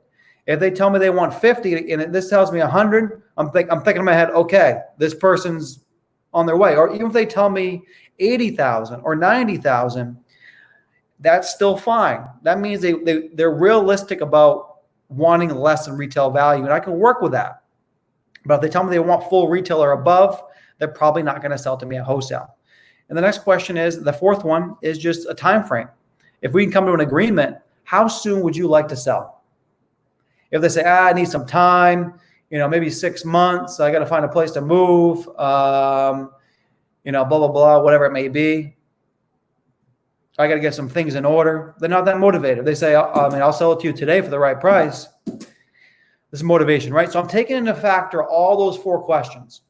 And if there's motivation, I'm going right into, if I'm doing this locally, I'm saying, okay, great. This sounds like just the type of property I'm looking for. What are you doing this evening at 5 o'clock? I can come out, right? Speed. I can be there in an hour. I can be there this evening. Okay. If I'm doing this virtual, okay, great. That sounds like just the type of property I'm looking for. I'm going right into my phone script and I'm going down through and asking more and more key questions about the property, investigating, pulling pain points out of them, right? Like I said, this business is you're asking questions and listening. I'm asking questions about their pain points of what I can solve for them. And the more problems I can solve, the greater discount I can get. So I'm always making an offer on the first phone call when I'm virtual. And then when I'm doing it in my own market, if I'm going out to an appointment, I'm gauging their motivation. And if there's motivation, I'm going right into the appointment that same day if I can. If there's no motivation, it's not even worth pricing up. You say, okay, thank you. And you follow back up with them in a month and go through the whole thing again. See if there's more motivation. And do that a month after that, and a month after that, and a month after that, and keep on following up every single month until they tell you, stop calling me.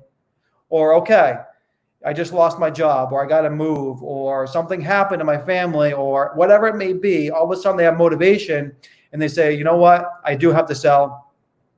You give me $75,000. I know I wanted 120, but I got to get rid of this thing. Boom, you got yourself a deal, right?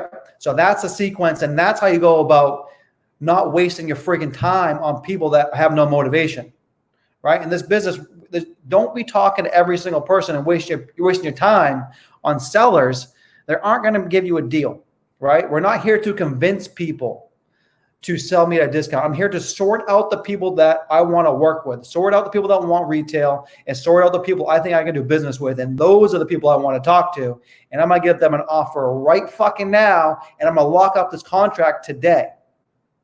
Boom. Okay. Sorry, guys. I get a little heated. I get fired up. All right. Next question. Okay. Any advice to get over fear? Just fucking do it, man. Jonathan, get on it. If you want some help, what do you want help with? Do you want to get on a phone call together? You want me to help you call someone? We can do that tomorrow. I don't mind you guys. Like I said, I'm here to help you guys. Anything you freaking need. But the only way you're going to do anything in this business is to start. And if you fail, so what? Who gives a shit? What's the worst that can happen? Who's going to make fun of you? No one's going to laugh at you. Just do it. You don't know the person. If you fuck up, what's the worst that can happen? You lose your earnest money deposit of $50, $100. Shit, I pissed that away going out to dinner, right? It's a learning experience. One step closer to your dreams, your goals to get to where you want to be. Just fucking do it, Jonathan. You can do it. I'm here to help you if you need me to. All right.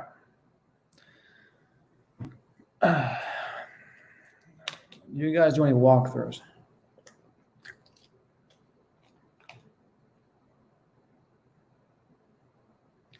Do you guys do walk through the first time wholesale? Yeah, I have a program that walks you through how to do your first deal, right? I'm coming out with two programs. One's a very, very basic, how to get started, your steps, your first deal. The other one's on doing deals virtually. I don't have to be in DC. I do deals just like this. I don't have to be face-to-face with you, okay? I can help you a lot better, I think, than anyone probably locally. I mean, maybe not. Maybe there's someone there that can help you better. I'm not saying that I'm the best, but I know what I'm doing, and there's probably other people that know what they're doing too that can help you that don't need to be local. But if you want someone local, you're probably more apt to. I'm sure you can find someone. Just post in my Facebook group looking for someone in DC. Maybe you can JV on a deal with someone. I have a few friends that wholesale in DC. Maybe they're willing to JV with you if you want to go that route. But I don't think someone needs to be in your city to help you. Yeah, Simple Crew. David, that's what I was looking for the bandit signs. Yeah, Simple Crew is the name of the app. Nice.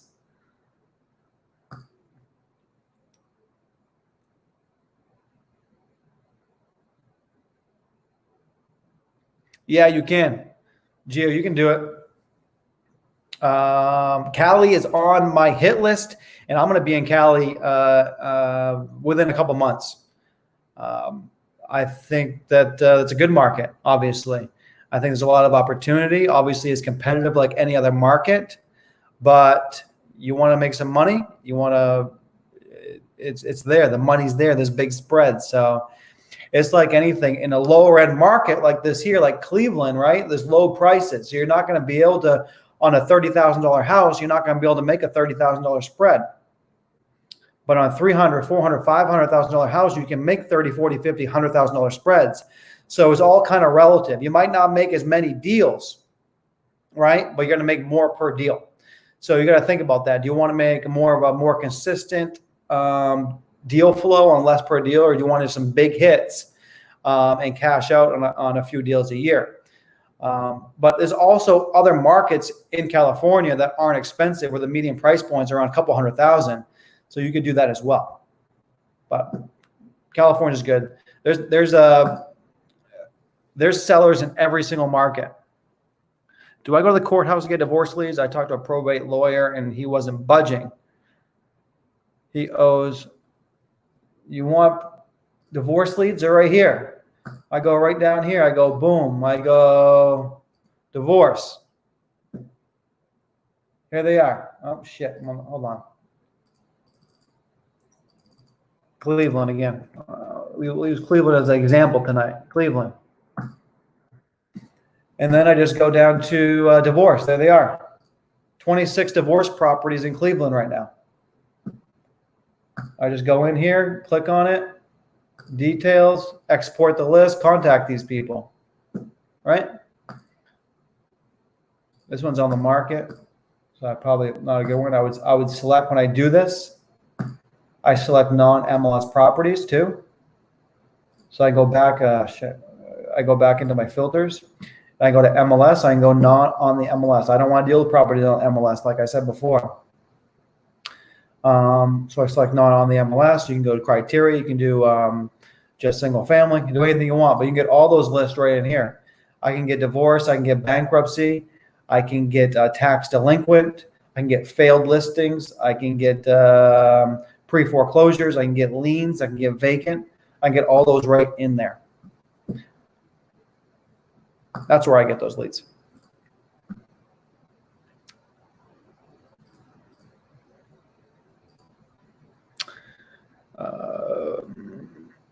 This person's hyped up. I like it.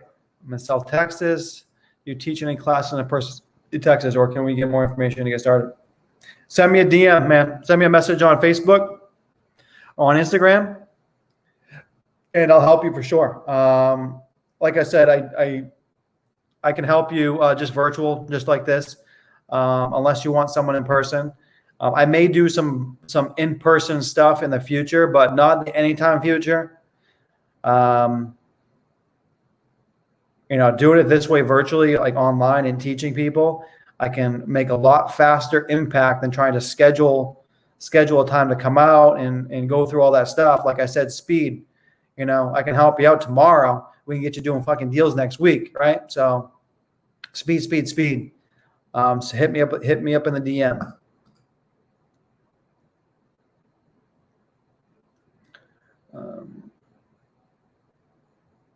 Okay, I answered that question. Right? Give them an offer immediately. You're welcome. You're welcome. I'm happy to do it for you guys. I'm happy to do it.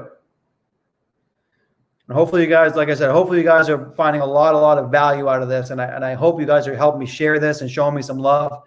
So we can keep on growing this group and get some badass people in here so we can all help each other. And I can only do that with you guys' help.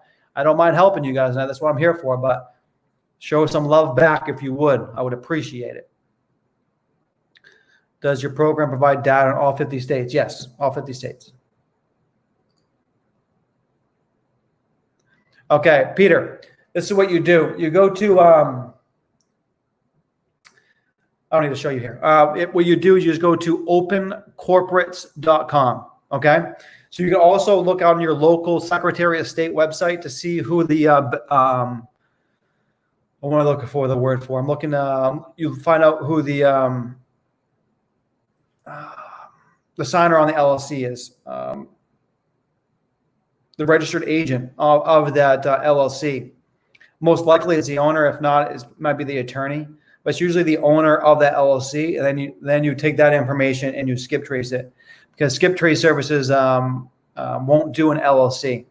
So go to opencorporates.com, put in the LLC, and it'll give you back the owner of that company, and then you can take that information and get their phone number. Okay, Peter?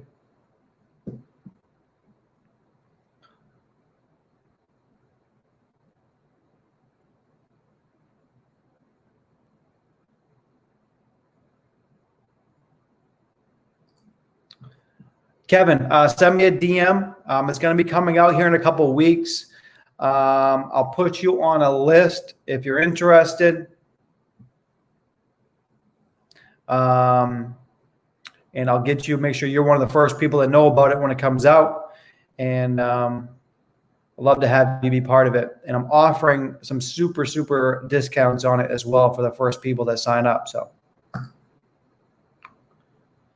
regarding pre-foreclosures and PropStream, are the records that have the sale date in the past still available? Okay. Secondly, is it a realtor or a bank you have to contact to get the foreclosure rolling? Okay, I'm not sure who this is, but yeah, pre-foreclosures, you want to talk directly to the owner. You don't want to be talking to the bank. And you want to get it, you have to get it before it goes into foreclosure. That's the whole key with the pre-foreclosures, right? Once the bank takes it, it's done. The deal's done, right? The bank takes it back, and what they do is they hire an agent or something to usually put it to auction, or they put it on the MLS or something like that. And once that happens, the deal's done, right? So you need to get it before it goes into foreclosure. That's why you need to get in pre-foreclosure, and you talk directly to the homeowner, okay? So always get the pre-foreclosures before they go into foreclosure, and the bank takes it back. That's the power in the pre-foreclosures. You get them in that notice before the bank takes it, and you usually work on a deal directly with a homeowner, right? We're working with deals direct to homeowner.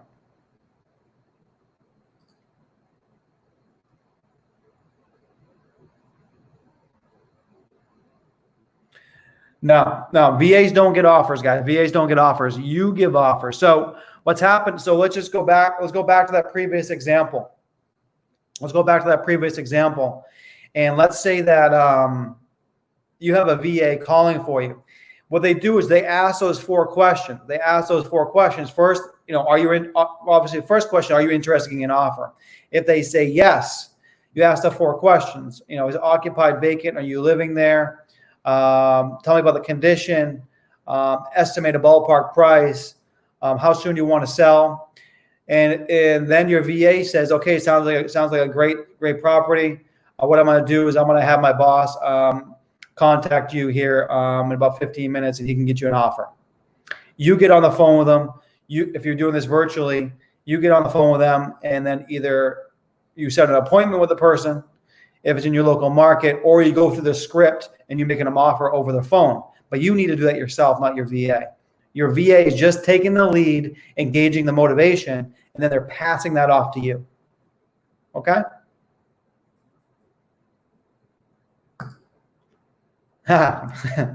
Hopefully one day, right? What if they just throw out a number? Okay. What if they just throw out a number and it's higher than the offer price? Do you try to find out if they are giving you a number randomly before you say they are unmotivated? No, I mean, I'm asking them.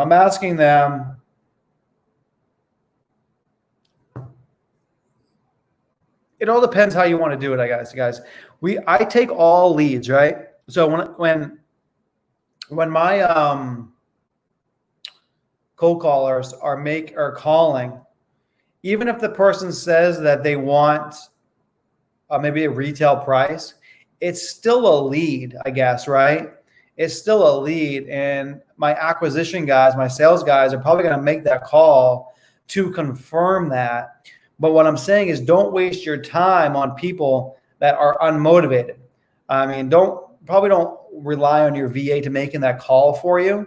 You can make that call, and then you make that call and say, okay, well, this person's not worth pursuing. I'm just going to follow up with them in a month, or you have a quick conversation, and then you just gauge it from there. Okay, but totally up to you.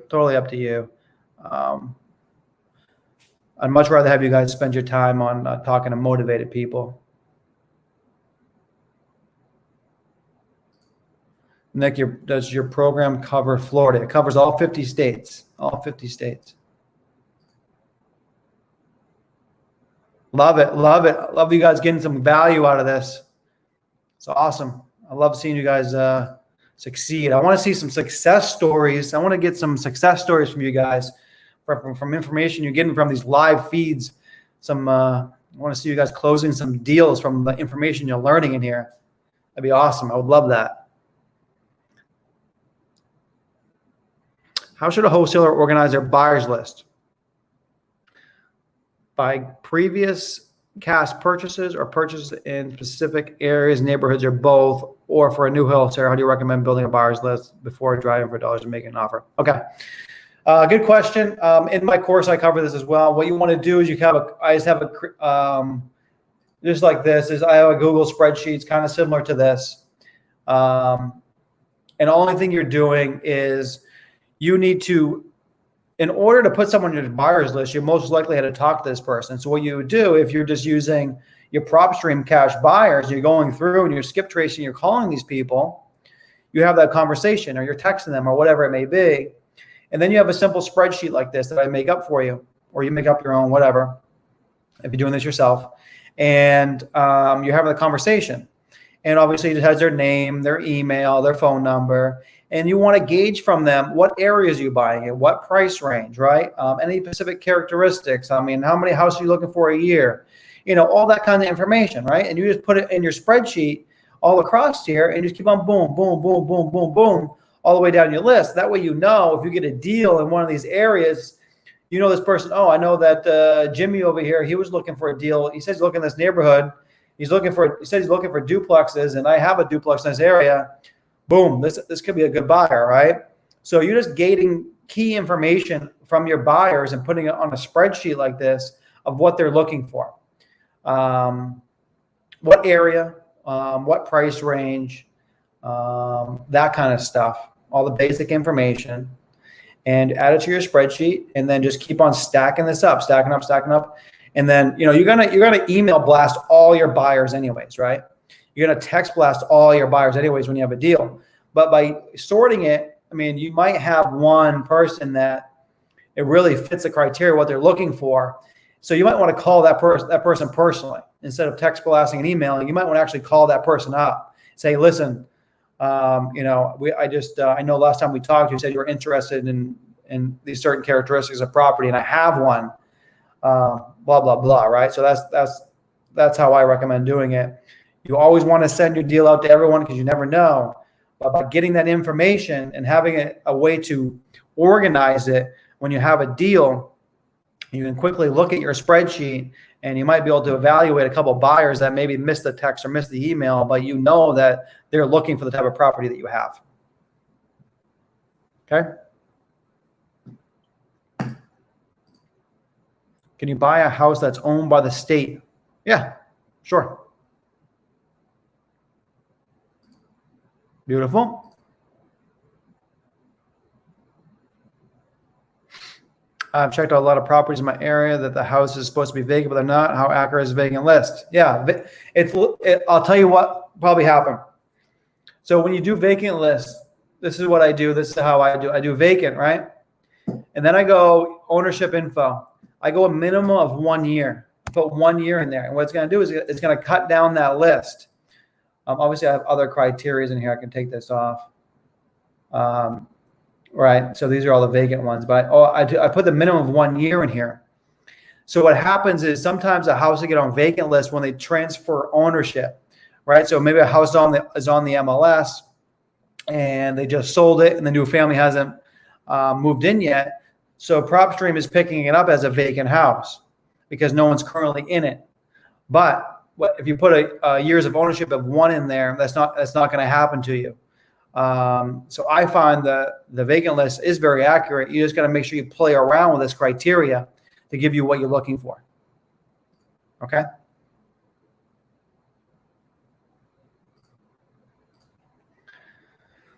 Are smaller towns harder to do deals in? Well, you're going to have less data, right? You're not going to have as many people to talk to. Okay. So that might make it a little bit more difficult, right? You're not going to have as many distressed properties or motivated sellers. But on the other hand of that, you're probably not going to be that much competition either. There's probably going to be a lot less people doing what you're doing in a smaller market. So it goes both ways. I'm originally from Maine, from Portland, Maine, and I still do deals there, even though there's not many investors. It's a very small town. I still do deals there because there's not a whole lot of competition. So you can do this in any size market, but totally up to you.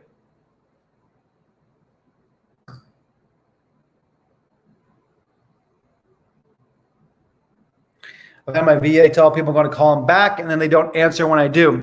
Yeah, you got to set clear expectations. And I'm not sure who this is, but I'm going to put this back on you. As soon as that lead comes in, you got to call it within minutes. Okay. I've had that happen too. And that's not the VA's fault. The fault relies on not getting back to that person fast enough. What happened is when you made that phone call, when the VA made that phone call and talked to that seller, obviously they were available. So you need to figure out a way in your business in order to get that lead to you so you can call it, right? Once again, we're hearing the similarities in this conversation tonight, but it goes back to speed, right? A deal left alone always goes away. We have to hit these leads as soon as they come in. In my business, we have maximum 15 minutes between time I get the lead and we're calling that person. And that's even too much. 5 minutes ideally, okay? Because if you call them the next day, the chance of them answering is pretty much out the window. I learned that the hard way, okay? So the faster you can call somebody, if they just hang up with someone, you call right back immediately, they're probably going to answer because it's fresh in mind. What happens too is a lot of people forget. They're idiots. Oh, I didn't talk to anyone yesterday about selling my property, even though you have the lead right in front of you. People have so much shit going on now, they don't remember. So you got to be talking to these people immediately. So that goes back on you a little bit. And that goes for everybody. Speed. Very, very important in this business. Do I have an advanced scaling course? That'd be something that'd be more a one-on-one. I have a virtual course coming out, and it does go over scaling, hiring out, and I show people how to set a business up like myself, how to outsource pretty much every aspect of the business and go into new markets and scale that way. So there's a lot of different ways to scale. I'm not sure what you mean by that, but if you mean just scale into more markets and doing more deals and amping up your marketing, creating systems and flows, yeah, I do go over that. But if you're looking for more of a hand-holding one-on-one, that would be something separate.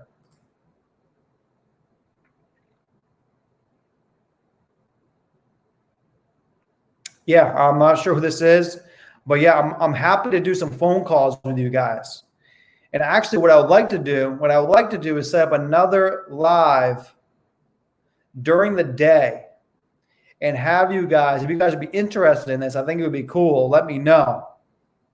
If I get enough people that's interested in it,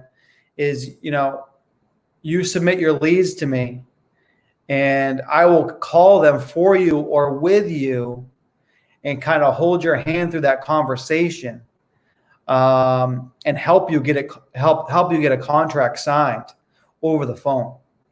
So that's something I've been thinking about that I'd be willing to do with you guys if I have enough people. They have to be leads, though. They have to be warm leads. I really can't waste too much time cold calling. But if you have a lead that someone says, yeah, they're interested in an offer, I've been thinking about that. I have a few people that I could help. I'll help you get on the phone and talk to these people and help you negotiate and see if we can get a contract signed. And I'm not going to charge anything for that. I don't care about splitting it. I don't care about any of that bullshit. This is going to be your deal. That's how it works. I'm just here to help. So it's something I've been thinking about for sure. Reach out to me because I don't know who this is. I can't see your name.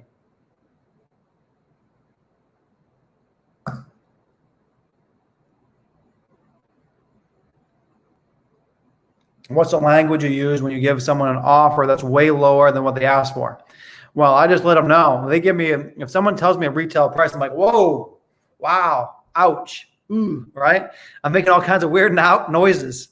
They're like, what? I'm like, oh, wow, I can't do that much, right? I'm letting them know. It sounds like you want above retail. There's no way that I can do that. I'm letting them know right out of the gate that, if they want retail pricing, that there's no way of doing that. I mean, you got to let it be known. I mean, let them know, hey, I can't pay full retail. If you want full retail, you probably have to list on the MLS. But if you go that route, keep in mind you're going to have to show the property. You got to wait for a qualified buyer. Your buyers have to get financing. You have to pay closing costs. You have to pay the real estate fees. But if you want to go that route, maybe we're not the best fit. But if you want a nice, easy, quick sale, that's something I can help you out with. Now, as far as going back to giving an offer, what I do is I give anchors. So in my phone script, I go back to the section that I have anchors in here. I go back to pricing. You'll see right here. Okay, so right here in this portion of the script. Okay, so what I'm going to do now is I'm going to look at online public records, and I'm going to see what homes are selling for, see what similar homes are selling for in your neighborhood. Then I would go to PropStream, and I would pull up all my cash comps, and I would give some low comps. I say, well, I see this house here, right? I'd be like, okay, well, they told me they want $100,000 for a property. And I go, okay, well, are you familiar with, Kinsman Street, right? Kinsman Street. They're going to be, because I'm going to find one that's like right next to them. They're like, yeah, that's right next to me. Okay, well, I'm seeing a very similar property, very similar condition to what you told me, right? You're going through the pictures. And this one just sold for $39,000. You told me you wanted 100. Right? So I'm throwing out some anchors before I even give them an offer. I'm putting some social proof out there to justify what I'm about, the bomb I'm going to drop on these fucking people, but so they don't lose their mind when I tell them that I can pay them half of what they want, right? I'm throwing out some anchors on them.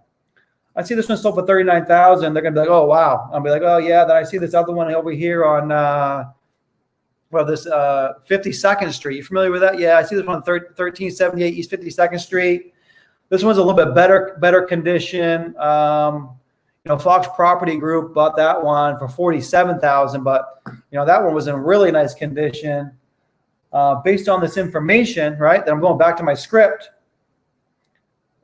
Boom, boom, boom. Provide some couple low price anchors.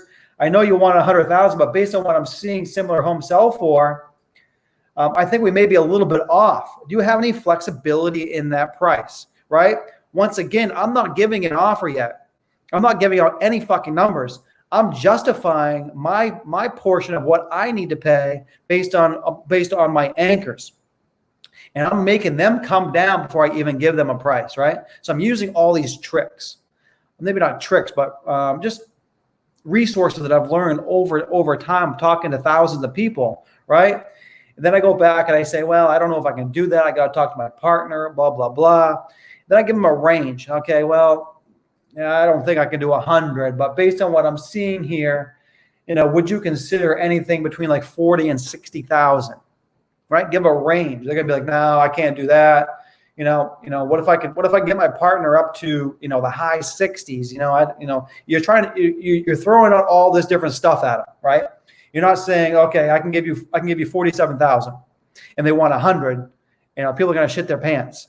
So you got to justify what you're doing first, and let them come to you and educate them on what's selling around them. Okay. Hopefully that helps. Hopefully that just drops some serious knowledge on you guys. If you guys like that, if you guys are gonna start using that fucking tomorrow, let me know, because I'm telling you right now, that's powerful. That one line right there can make you $1 million.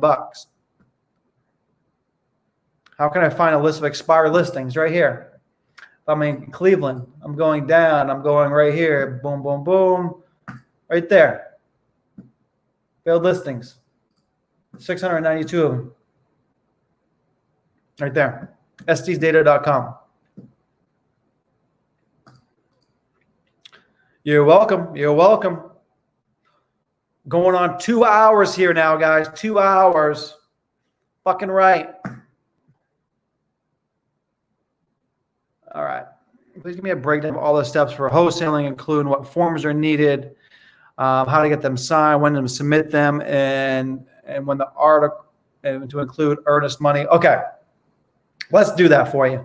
I'm not sure if you're looking for virtual or what you're looking for, but I'm going to give you a process right now.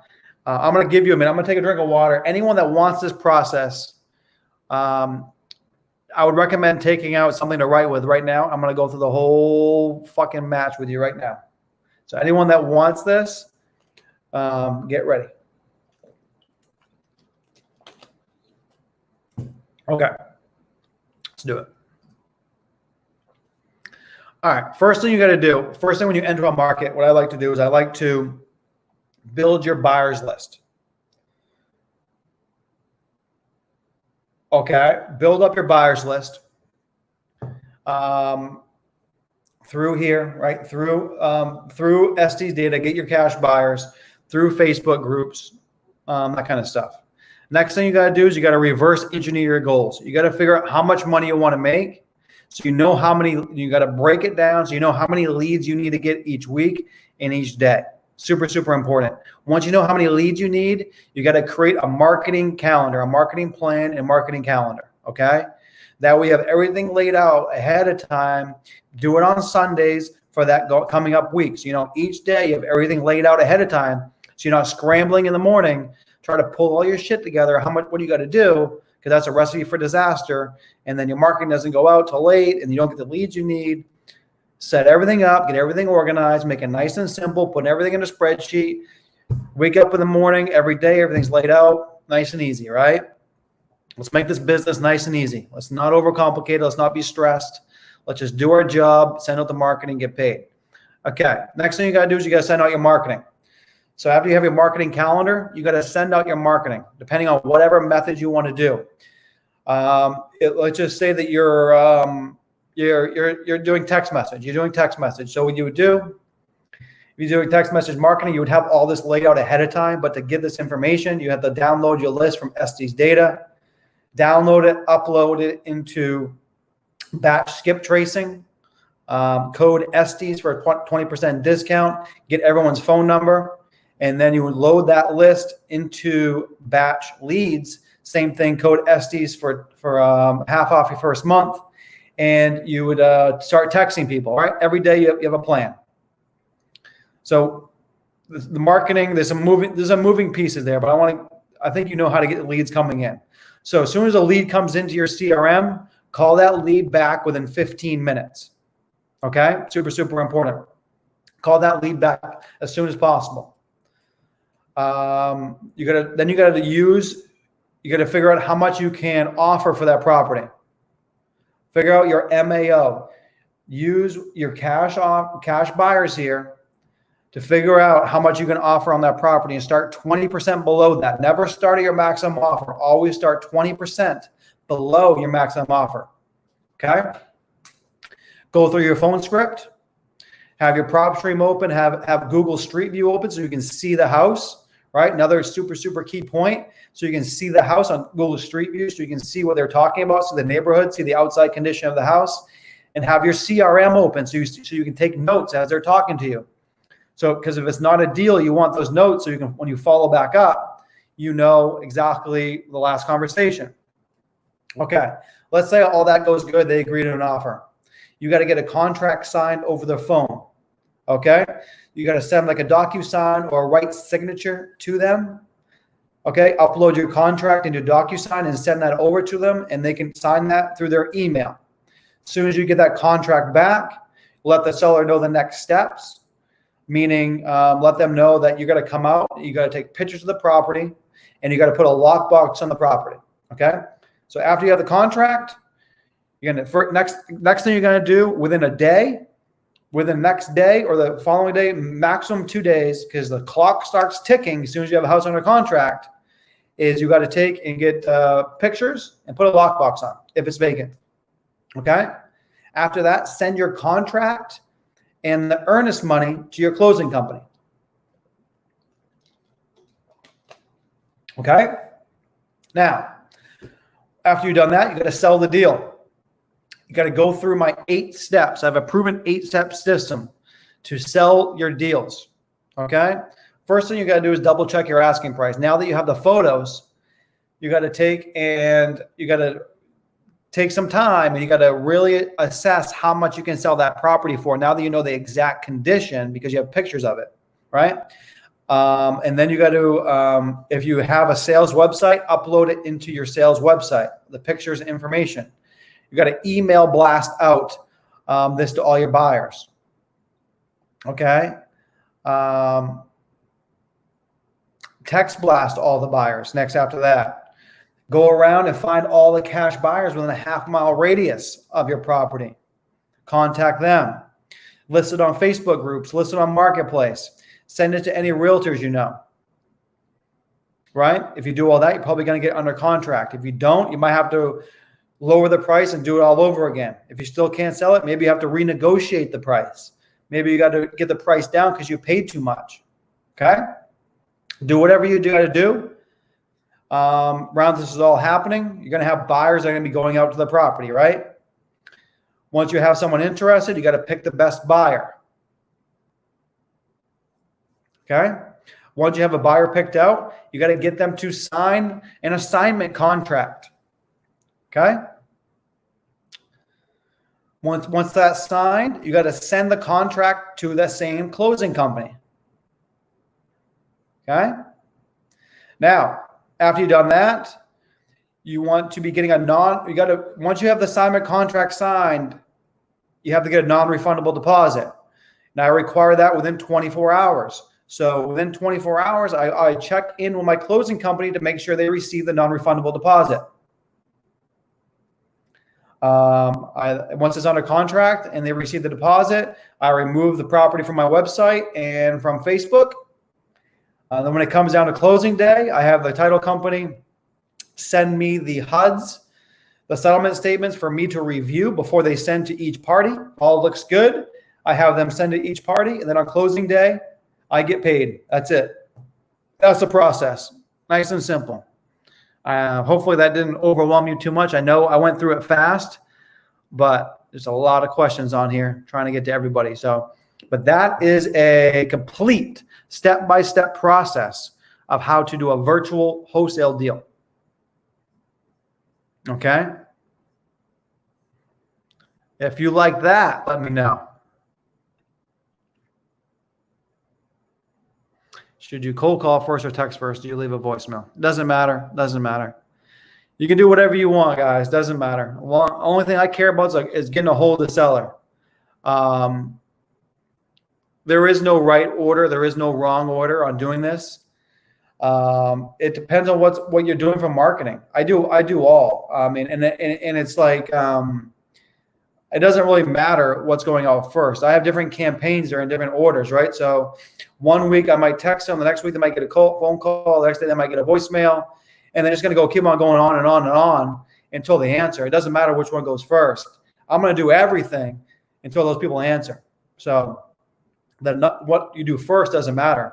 But what is important is that you do as many things as possible until you do get a hold of the person.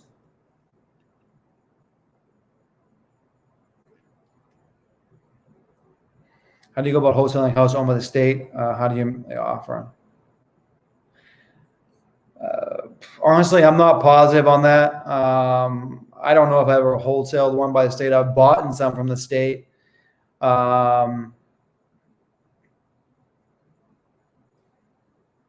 It's usually the I don't know. Just go to like the tax assessor site and ask them.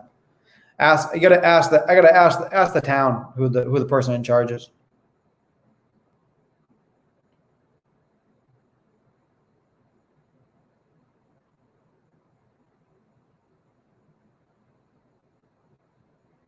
DIY underdog. Where'd you get your data from? Where'd you get your phone numbers from? I'm usually getting at least a 90% accuracy rate. So I'm not sure. Let me know where you're getting your data from and where you're getting your phone numbers from. That could be the issue.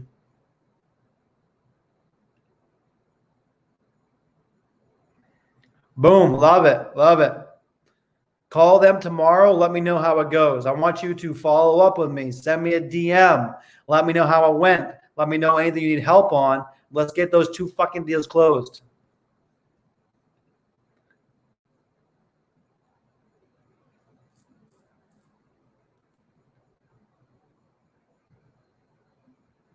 You gotta send me a message. You gotta send me a private message. I don't know.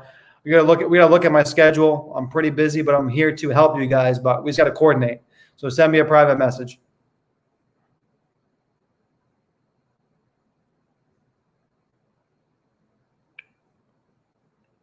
Oh, I'm on fire tonight, guys. I'm on fire tonight. Okay.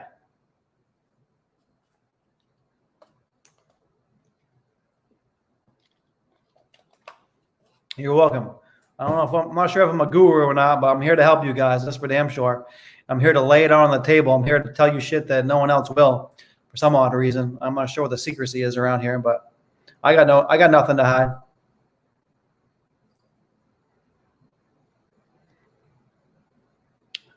Kate, how often are you going to be doing lives? I've been doing it the past month now. I've been going live once a week.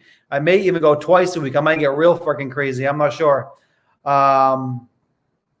But right now I'm doing once a week. I've been doing Thursdays at 8 o'clock. I start 8 o'clock Eastern Standard Time. So that's what I have been doing. Once a week, Thursdays, 8 o'clock. It might change. I'll let you guys know. But we'll see how it goes.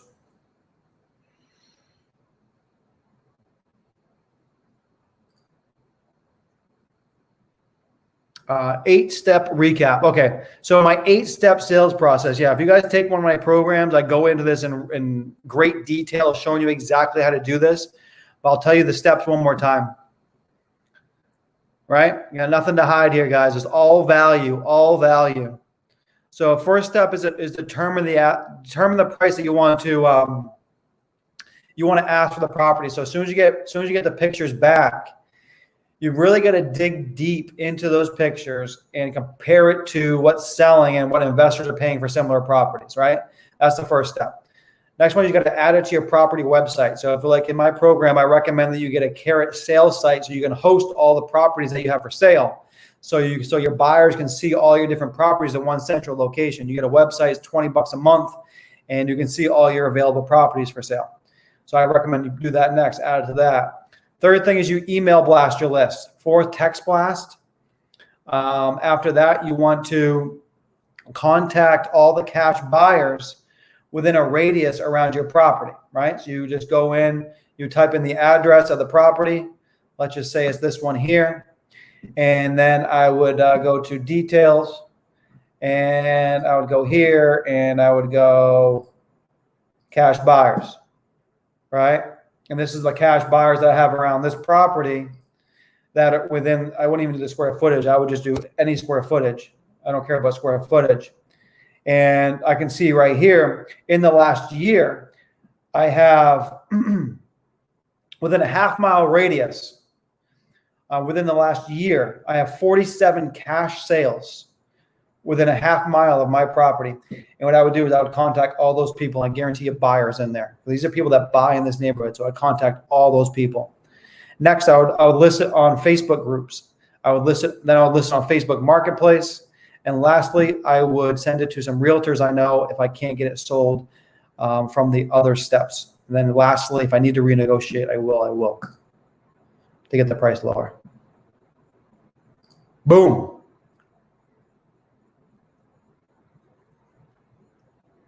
Should you scrub against the do not call? Well, I really don't want to answer that question, guys. That's totally up to you. I'm going to tell you that I don't. But if you want to do it, it is a safer way of doing it. Right? So that's up to you. That's totally up to you. I would probably recommend that you do it, but that's up to you. Yeah, Deal Machine and REI Skip. Yeah, so I'm assuming if you're saying you use Deal Machine, that these were abandoned properties or something. You probably didn't buy a list. You probably just went to you found out who the owner was and you'd REI Skip to get their phone number. That may happen once in a while. with properties that you're driving for dollars, it could be harder.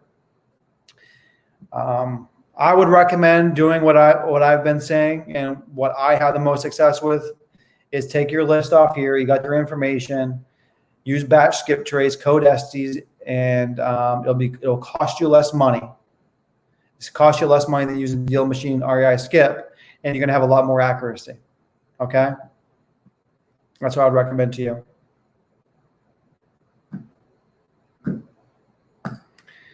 Where do you find a contract? If you're in my program, you get my contracts.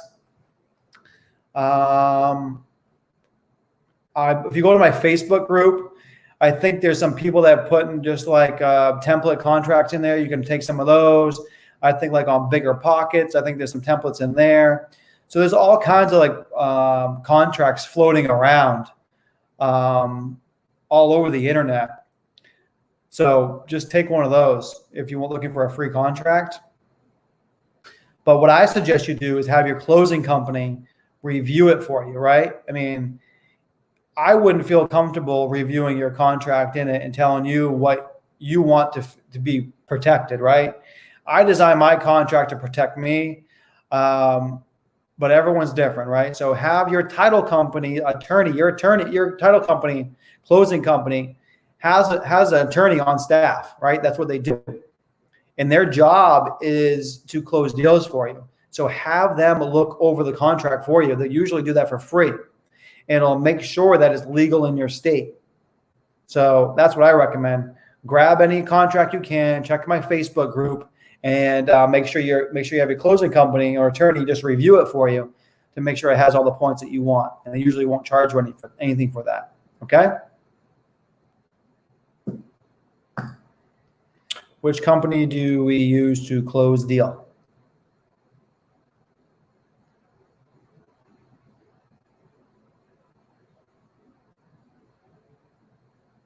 I'm not sure what that question is. If you're talking about closing company, you got to find an investor-friendly closing company in your market. That's something I cover pretty extensively because it is important that you pick the right company. My suggestion for you is if you're looking for a closing company, I'm not sure that this is the question or not, but you got to find one in that market, in whatever city you're in. And I'd recommend just going to Facebook groups and finding, asking a question or searching other people who are using closing companies, other wholesalers or investors, and find out who they're using for closing companies. And if they're working well for somebody else, they'll probably work well for you.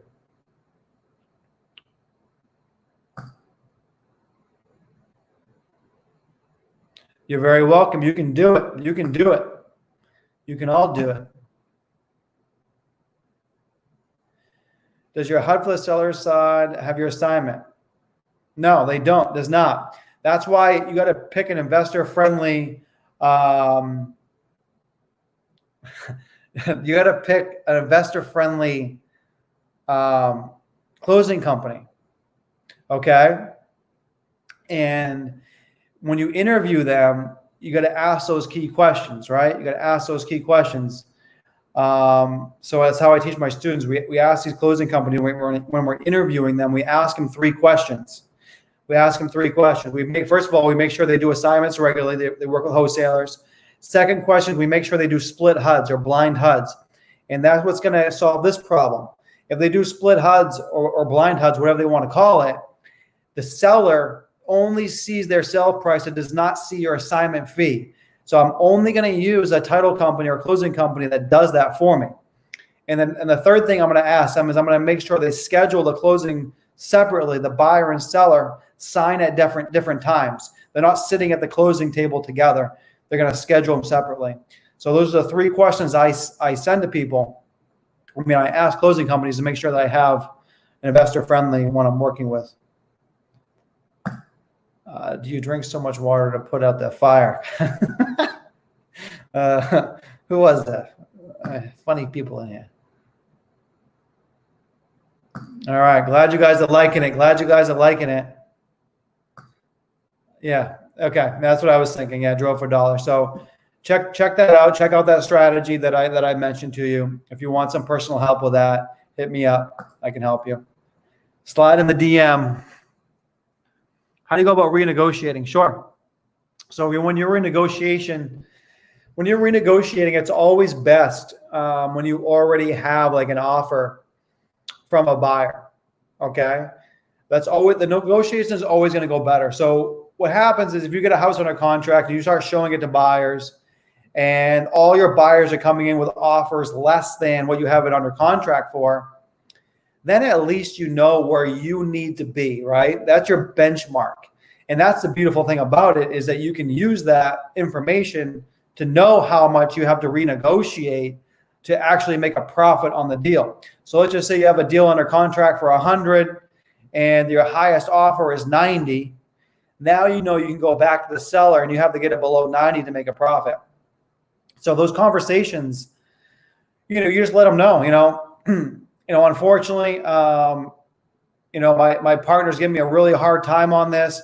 The comps aren't what we thought, and there's a lot more work to the house than we originally thought once we started digging into it, looking at it, and our contractors look at the property. I would love to buy this property, but at our current price, there's no way that I can do it. My partners want me to get this thing. They told me I have to get it for $30,000 less, and I know there's no way you would do that. They told me I had to be at 70,000. I told them that there was no way you would do that. I convinced them to go up to 80,000. And if we can do 80,000, I can close within 7 days. Then don't say anything. Right? Because you already know you have an offer of 90. If you can get them to agree to 80, you made 10,000. So always use a partner as your anchor point for a reasoning of why you need to get it for less. You don't want to be the bad guy. Put that off on an imaginary person, unless you really do have a partner. And you already have your price to where you need to be down to. So I like to go below that and say I got them up. It makes it sound better than starting at your max and then they try to get you up, right? So hopefully that helps. That's a good negotiation techniques that I use all the time to get prices down when needed.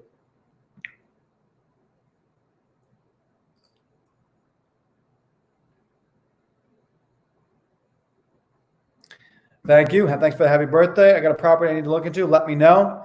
Any properties that reminds me, any properties that you guys have that you want me to look into, as long as you don't mind sharing the address, I'll pull it up right now and I'll let you know what I think you can offer for it, what the ARV is and what the MAO is. Boom, boom, boom. Got some value in here tonight. That's what I like to see. I like to see some people getting some good knowledge. You know what I mean? Not holding anything back. The real deal here, guys. It's the real deal. I've been skip tracing so many, haven't gotten one lead. How many people are you talking to? When you say so many, how many calls have you made? I'm not sure who this is, but if you could answer me that question.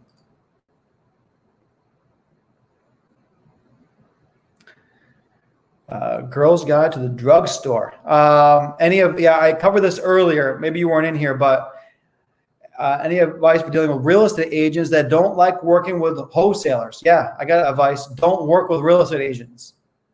That's probably my number one tip for everybody. Never work with real estate agents or houses on the market. It's a pain in the ass. It's going to cause you a headache, and it's not worth your time, guys. Let's make this simple. Let's not overcomplicate this business. Realtors are going to make it a headache, and you're going to be going through this issue of dealing with them and going through them to talk to your seller and their contracts and this and that and their duties and all kinds of other things they have to do. Let's talk to motivated sellers that are interested in selling their home at a discount and getting the house under contract and then selling them to a buyer. Let's just do that.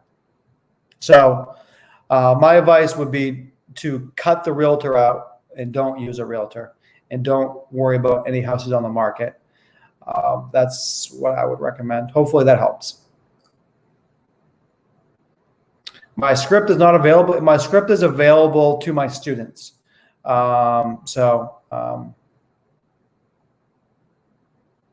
you're interested in that. How do I package a deal to present it to a buyer? I think I answered this, but you don't need to package it up too much. If you have a deal, if you have a discounted deal, I mean, you just give a buyer an address and a price, and that's packaged up enough for a buyer usually, right? I mean, that's all they care about is they're making money. You're giving them an opportunity to make money. So as long as you have a contract on a property, I mean, you don't need to make it look too fancy. You don't got to shine this thing up, right? I mean, what are we selling here? We're selling shitty houses. There's no need to package these things up and put a bow on them, right?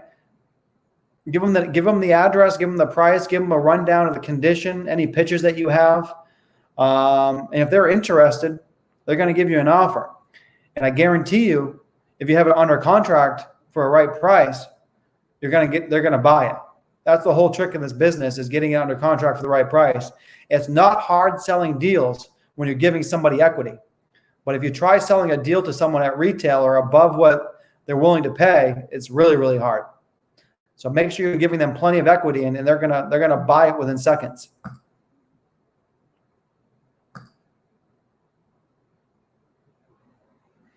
You're welcome. You can ask me any questions you want, guys. I want to be truthful with you. I'm a straight shooter. If you guys haven't noticed from all my YouTube videos and being on my Facebook group, I'm going to tell you what's going on so you guys can learn. I don't know why everyone only tells half the shit. It doesn't make any sense to me. Okay. After renegotiating, do you need to sign a new contract? You can sign an addendum. You can assign an addendum, or you can just simply cross off the price and put in the new price, and you both initial the change. That's fine too. You're welcome. Ooh, we got an address. Oh, here we go. Now we're going to see if this person's got a good deal. Let's see if Marcus has a deal. Columbus, I'm in this market. Let's see. If you need help selling this, I can get you a buyer.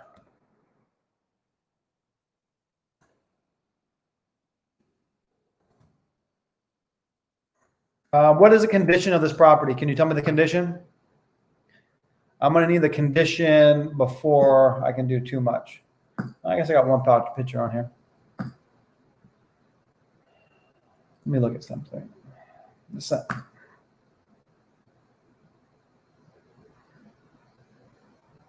this an MLS deal? Marcus, this is an MLS deal. I don't like MLS deals. All right, let's take a look at it anyways. Right. You have it under contract for $57,000. Okay. Let's do this. The first thing I'm going to do, I'm going to show you exactly how I do this, guys. Pay attention. Pay attention to what I'm doing right now. This can help you a lot. Okay, so I'm going to put the date back a little bit, and I usually go 300 to 400 square feet. Marcus is, I'm going to look it up. 300 to 400 square feet above and below. This one's 1,300, 16. It's okay for now. Half mile. Okay. And this is what? Single family residence. And this is a residential property. All right, let me see what's selling around this area. Number one sold right next door for $52,000. You have this under contract for what? $49,500. Oh, that one's rough. House next, this one, the sold next door. If you guys can see the pictures, pretty rough. This one sold for, that's over $52,000. Wow. Pretty high. You might have a deal here. Let me look here. Keep on going down through. This is probably ARV. Yeah. So I can do his ARV just by the price. I can tell this was the flip house. So this is probably the ARV on your property around 160. So take this down, Marcus, so you can know. But I think the ARV is probably around 160. I will let you know here in a second as I dig in a little bit more. That one sold for 162. Number 13 sold for 215. Let's look at this one. Ooh, what is going on with this property? This thing's real nice. Yeah, this is, I'm not sure what's up with that picture though. Okay, so this here is top notch. That was a really nice renovation on that one. Sold for 200, 215. Another one for 200. Another full rehab. Okay. All right, so let's look at, now I just want to go to cash sales. Let's see what investors are paying for properties.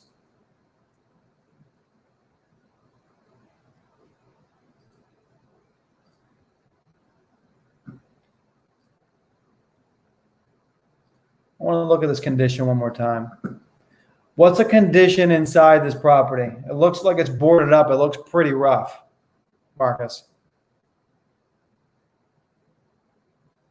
Do you have any pictures of this property yet? I need to see the inside pictures if you have it.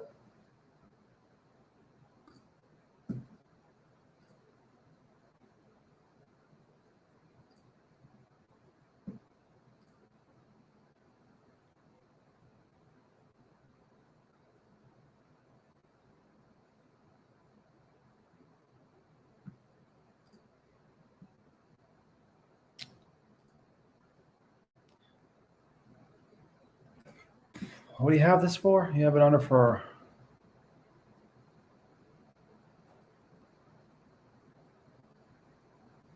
$49,000. You might have a small deal here. You might have a small deal here. Not big, but I think you might be able to get in the 50s for it.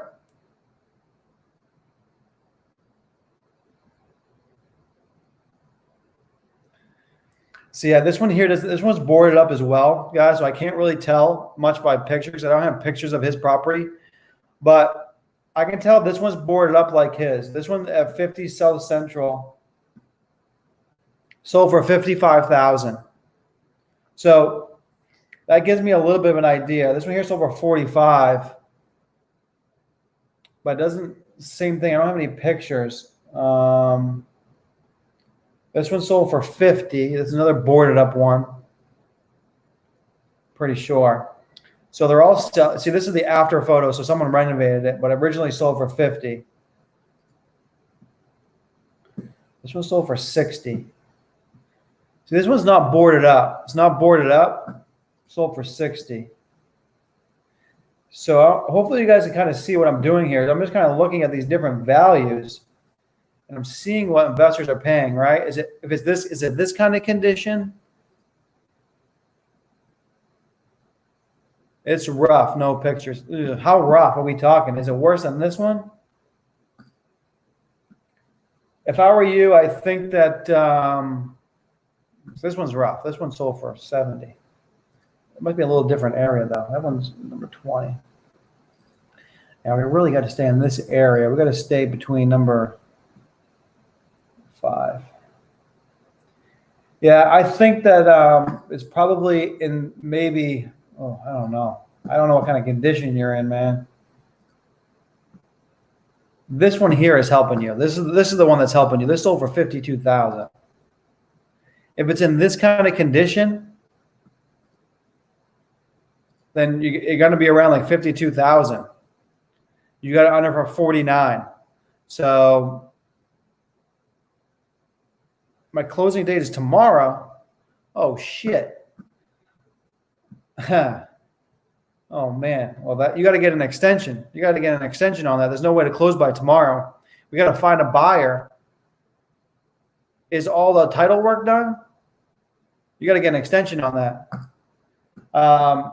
If it was me, I got to get pictures, and you have to have pictures on it in order to sell the deal. So without pictures, that's probably why you haven't found a buyer. If you want some help, man, I recommend you take me up on my program. It's not that much money. I can walk you through how to do this, but you're gonna have to get some. First thing you got to do is, as soon as you get the property under contract, we need pictures. We got to have pictures. You got to have a lockbox on the property so we can go in and see the property, and your buyers can go in and see the property. And I got to see those pictures so we can price it accordingly. Right now, shit, what happened? Right now, I think if it's around this condition, it's probably worth around 52,000. And you have it under contract for a 49, so it's a small deal. So first thing you do is got to get pictures. If it's in better condition than this, we might be able to get in the high 50s. So we got to get the condition, and once we have that, then we can find some buyers for you. But as of right now, before you even worry about pictures, you got to get an extension on this thing, and you might even want to try renegotiating down if you can. Okay, hopefully that helps. But I think you have a small deal here, small deal. But you got to get an extension first thing tomorrow morning. Okay, if you get that extension, let me know, and I'll help you find a buyer. Okay.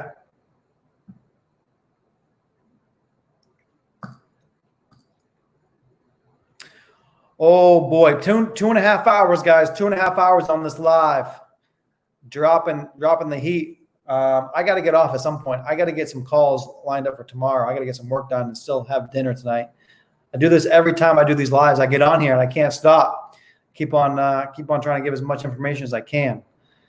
I get carried away. The scripts are available to my students. So if you're interested in joining my new program that I have coming out, I'm giving them really good deals for the first people that are interested. So, if there's something you're interested in, just shoot me a DM, and I'll let you know when that's available, hopefully in a couple weeks.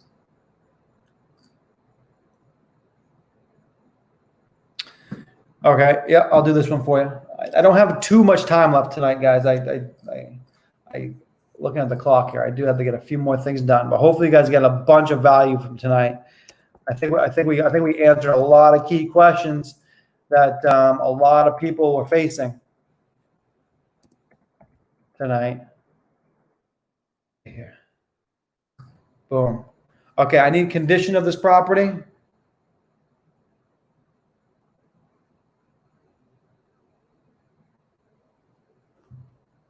I need some condition. Do you have a condition?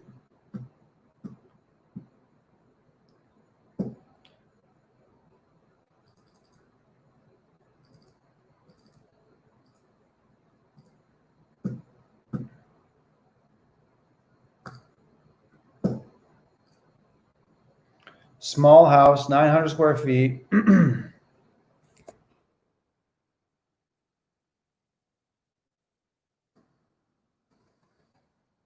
See this, man? Every single time, it's always the same thing, right? Same thing over and over. Nice and simple, repetitive, but it's the same thing over and over. Consistency. Consistency is key. All right, I need some ideas on condition of this bad boy.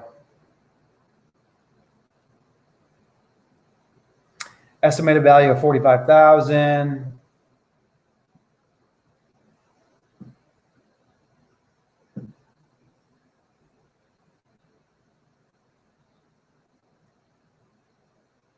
New HVAC and vinyl flooring. Okay, talked to him today. Haven't seen it.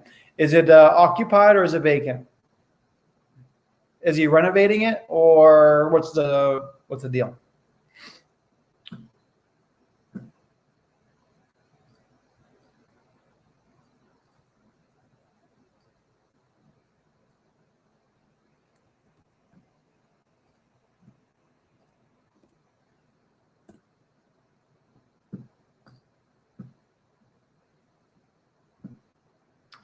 Okay, here it is, right? I always like I said before, guys, when I'm looking at properties, this is one of the key things that I have open, right? I have the Google open at all times. This lets me tell the kind of condition of the property. It doesn't look bad. It doesn't look like a bad property. Probably is a rental property if I had to guess. Yep, there it is, rental. As a renter.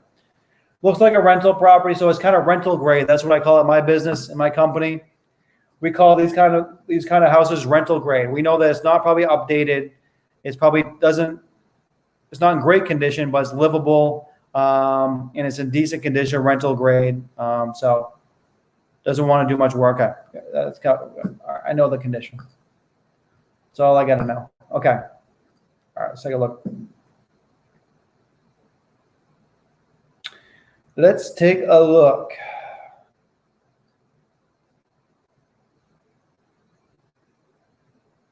too much around the area.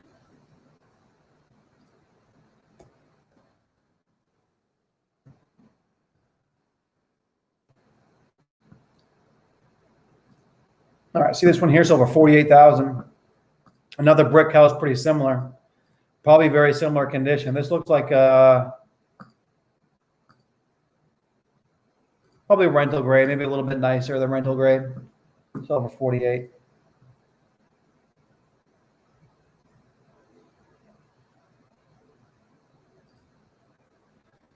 This one sold for 41.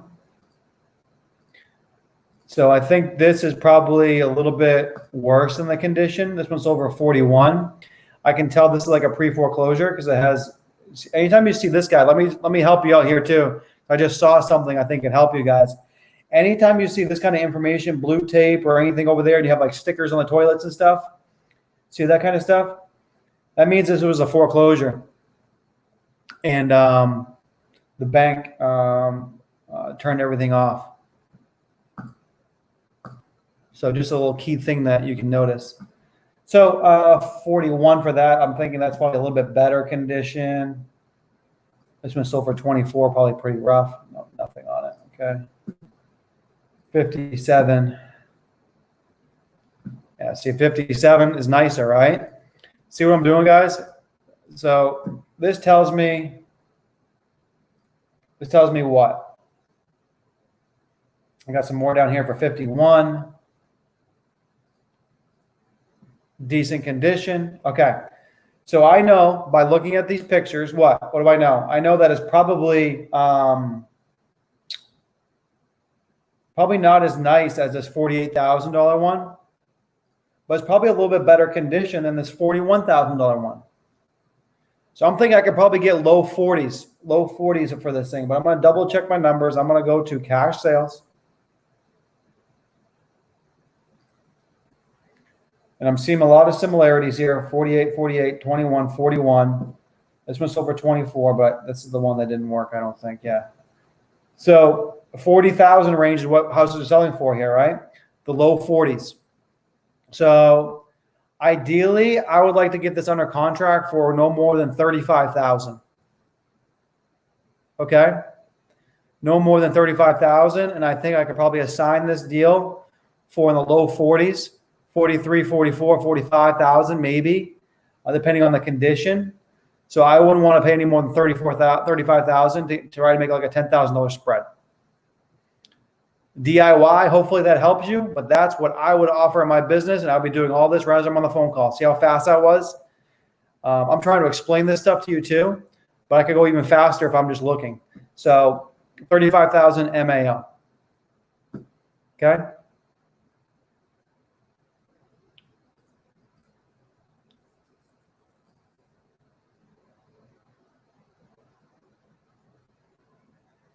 I have like 6 or 7 different points that I look into when I select markets, and I cover this extensively in my course. But I guess one of the main things I look for is a lot of cash sales, a lot of houses that have been flipped. I look for areas that can give an investor a high ROI or have high cap rates. Those are probably the top things I look at. But an easy way to do that is right in PropStream. So if you're evaluating markets, right, let's just say that one market that I'm interested in buying in is, let's just say, Tampa, Florida. If I'm trying to evaluate different markets, I could just go to, where is it? I want this right here. I want flippers. Oh, crap. I don't want this other stuff, though.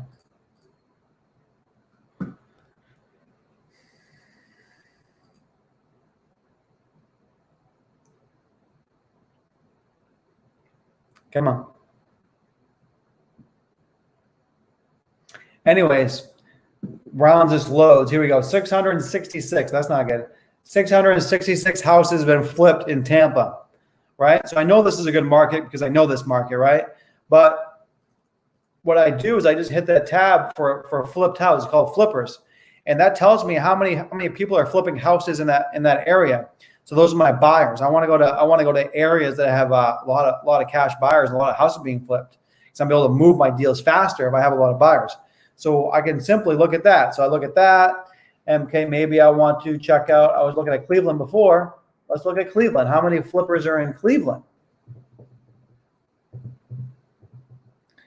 And by flippers, what they mean is the house has been sold more than once within a year, right? 591.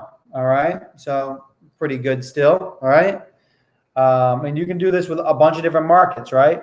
And you just keep on testing different markets, the ones you're into.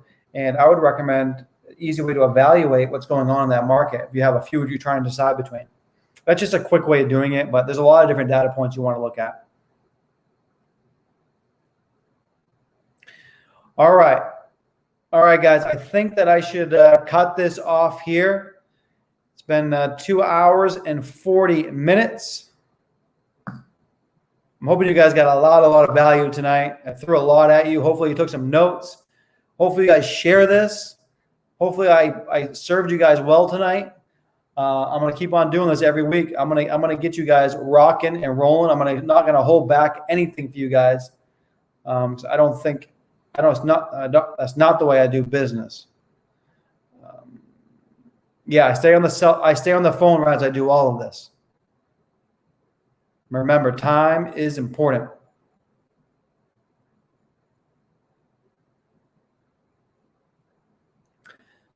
Talk to more people. The more people you talk to, the more deals you're going to do. That's one advice I can give you. Just talk to more people, pull more data, have more conversation, talk to more people, make more offers. The more offers you make, the faster you're going to get paid, the more money you're going to make. It's all a numbers game. And that's what it'll always come down to. Okay? Speed. Once again, speed. Talk to more people. The more people you can talk to, the faster you're going to get paid. All right, guys? I'm going to leave you on that. And hopefully you guys got a lot of value tonight. I'm hoping you can take what you learned tonight and go out tomorrow and make some serious moves. And for those people that I told to reach out to me. If you need some personal help, I'm always here to help. I'm here to serve you guys and provide you guys with the real knowledge. I'm not holding anything back. So hopefully you liked it, and I will see you guys next week. Comment in my group, Wholesaling Houses with Nick Estes. If you guys need anything this week, don't be afraid to reach out, you guys. Fucking put some comments in the group. Any questions you have, any comments, anything that you need. Put some inspirational shit in there. Whatever you need, I'm there to help. So I'll be talking to you in there. And if not, I'll see you guys live next week. Have a good night, guys.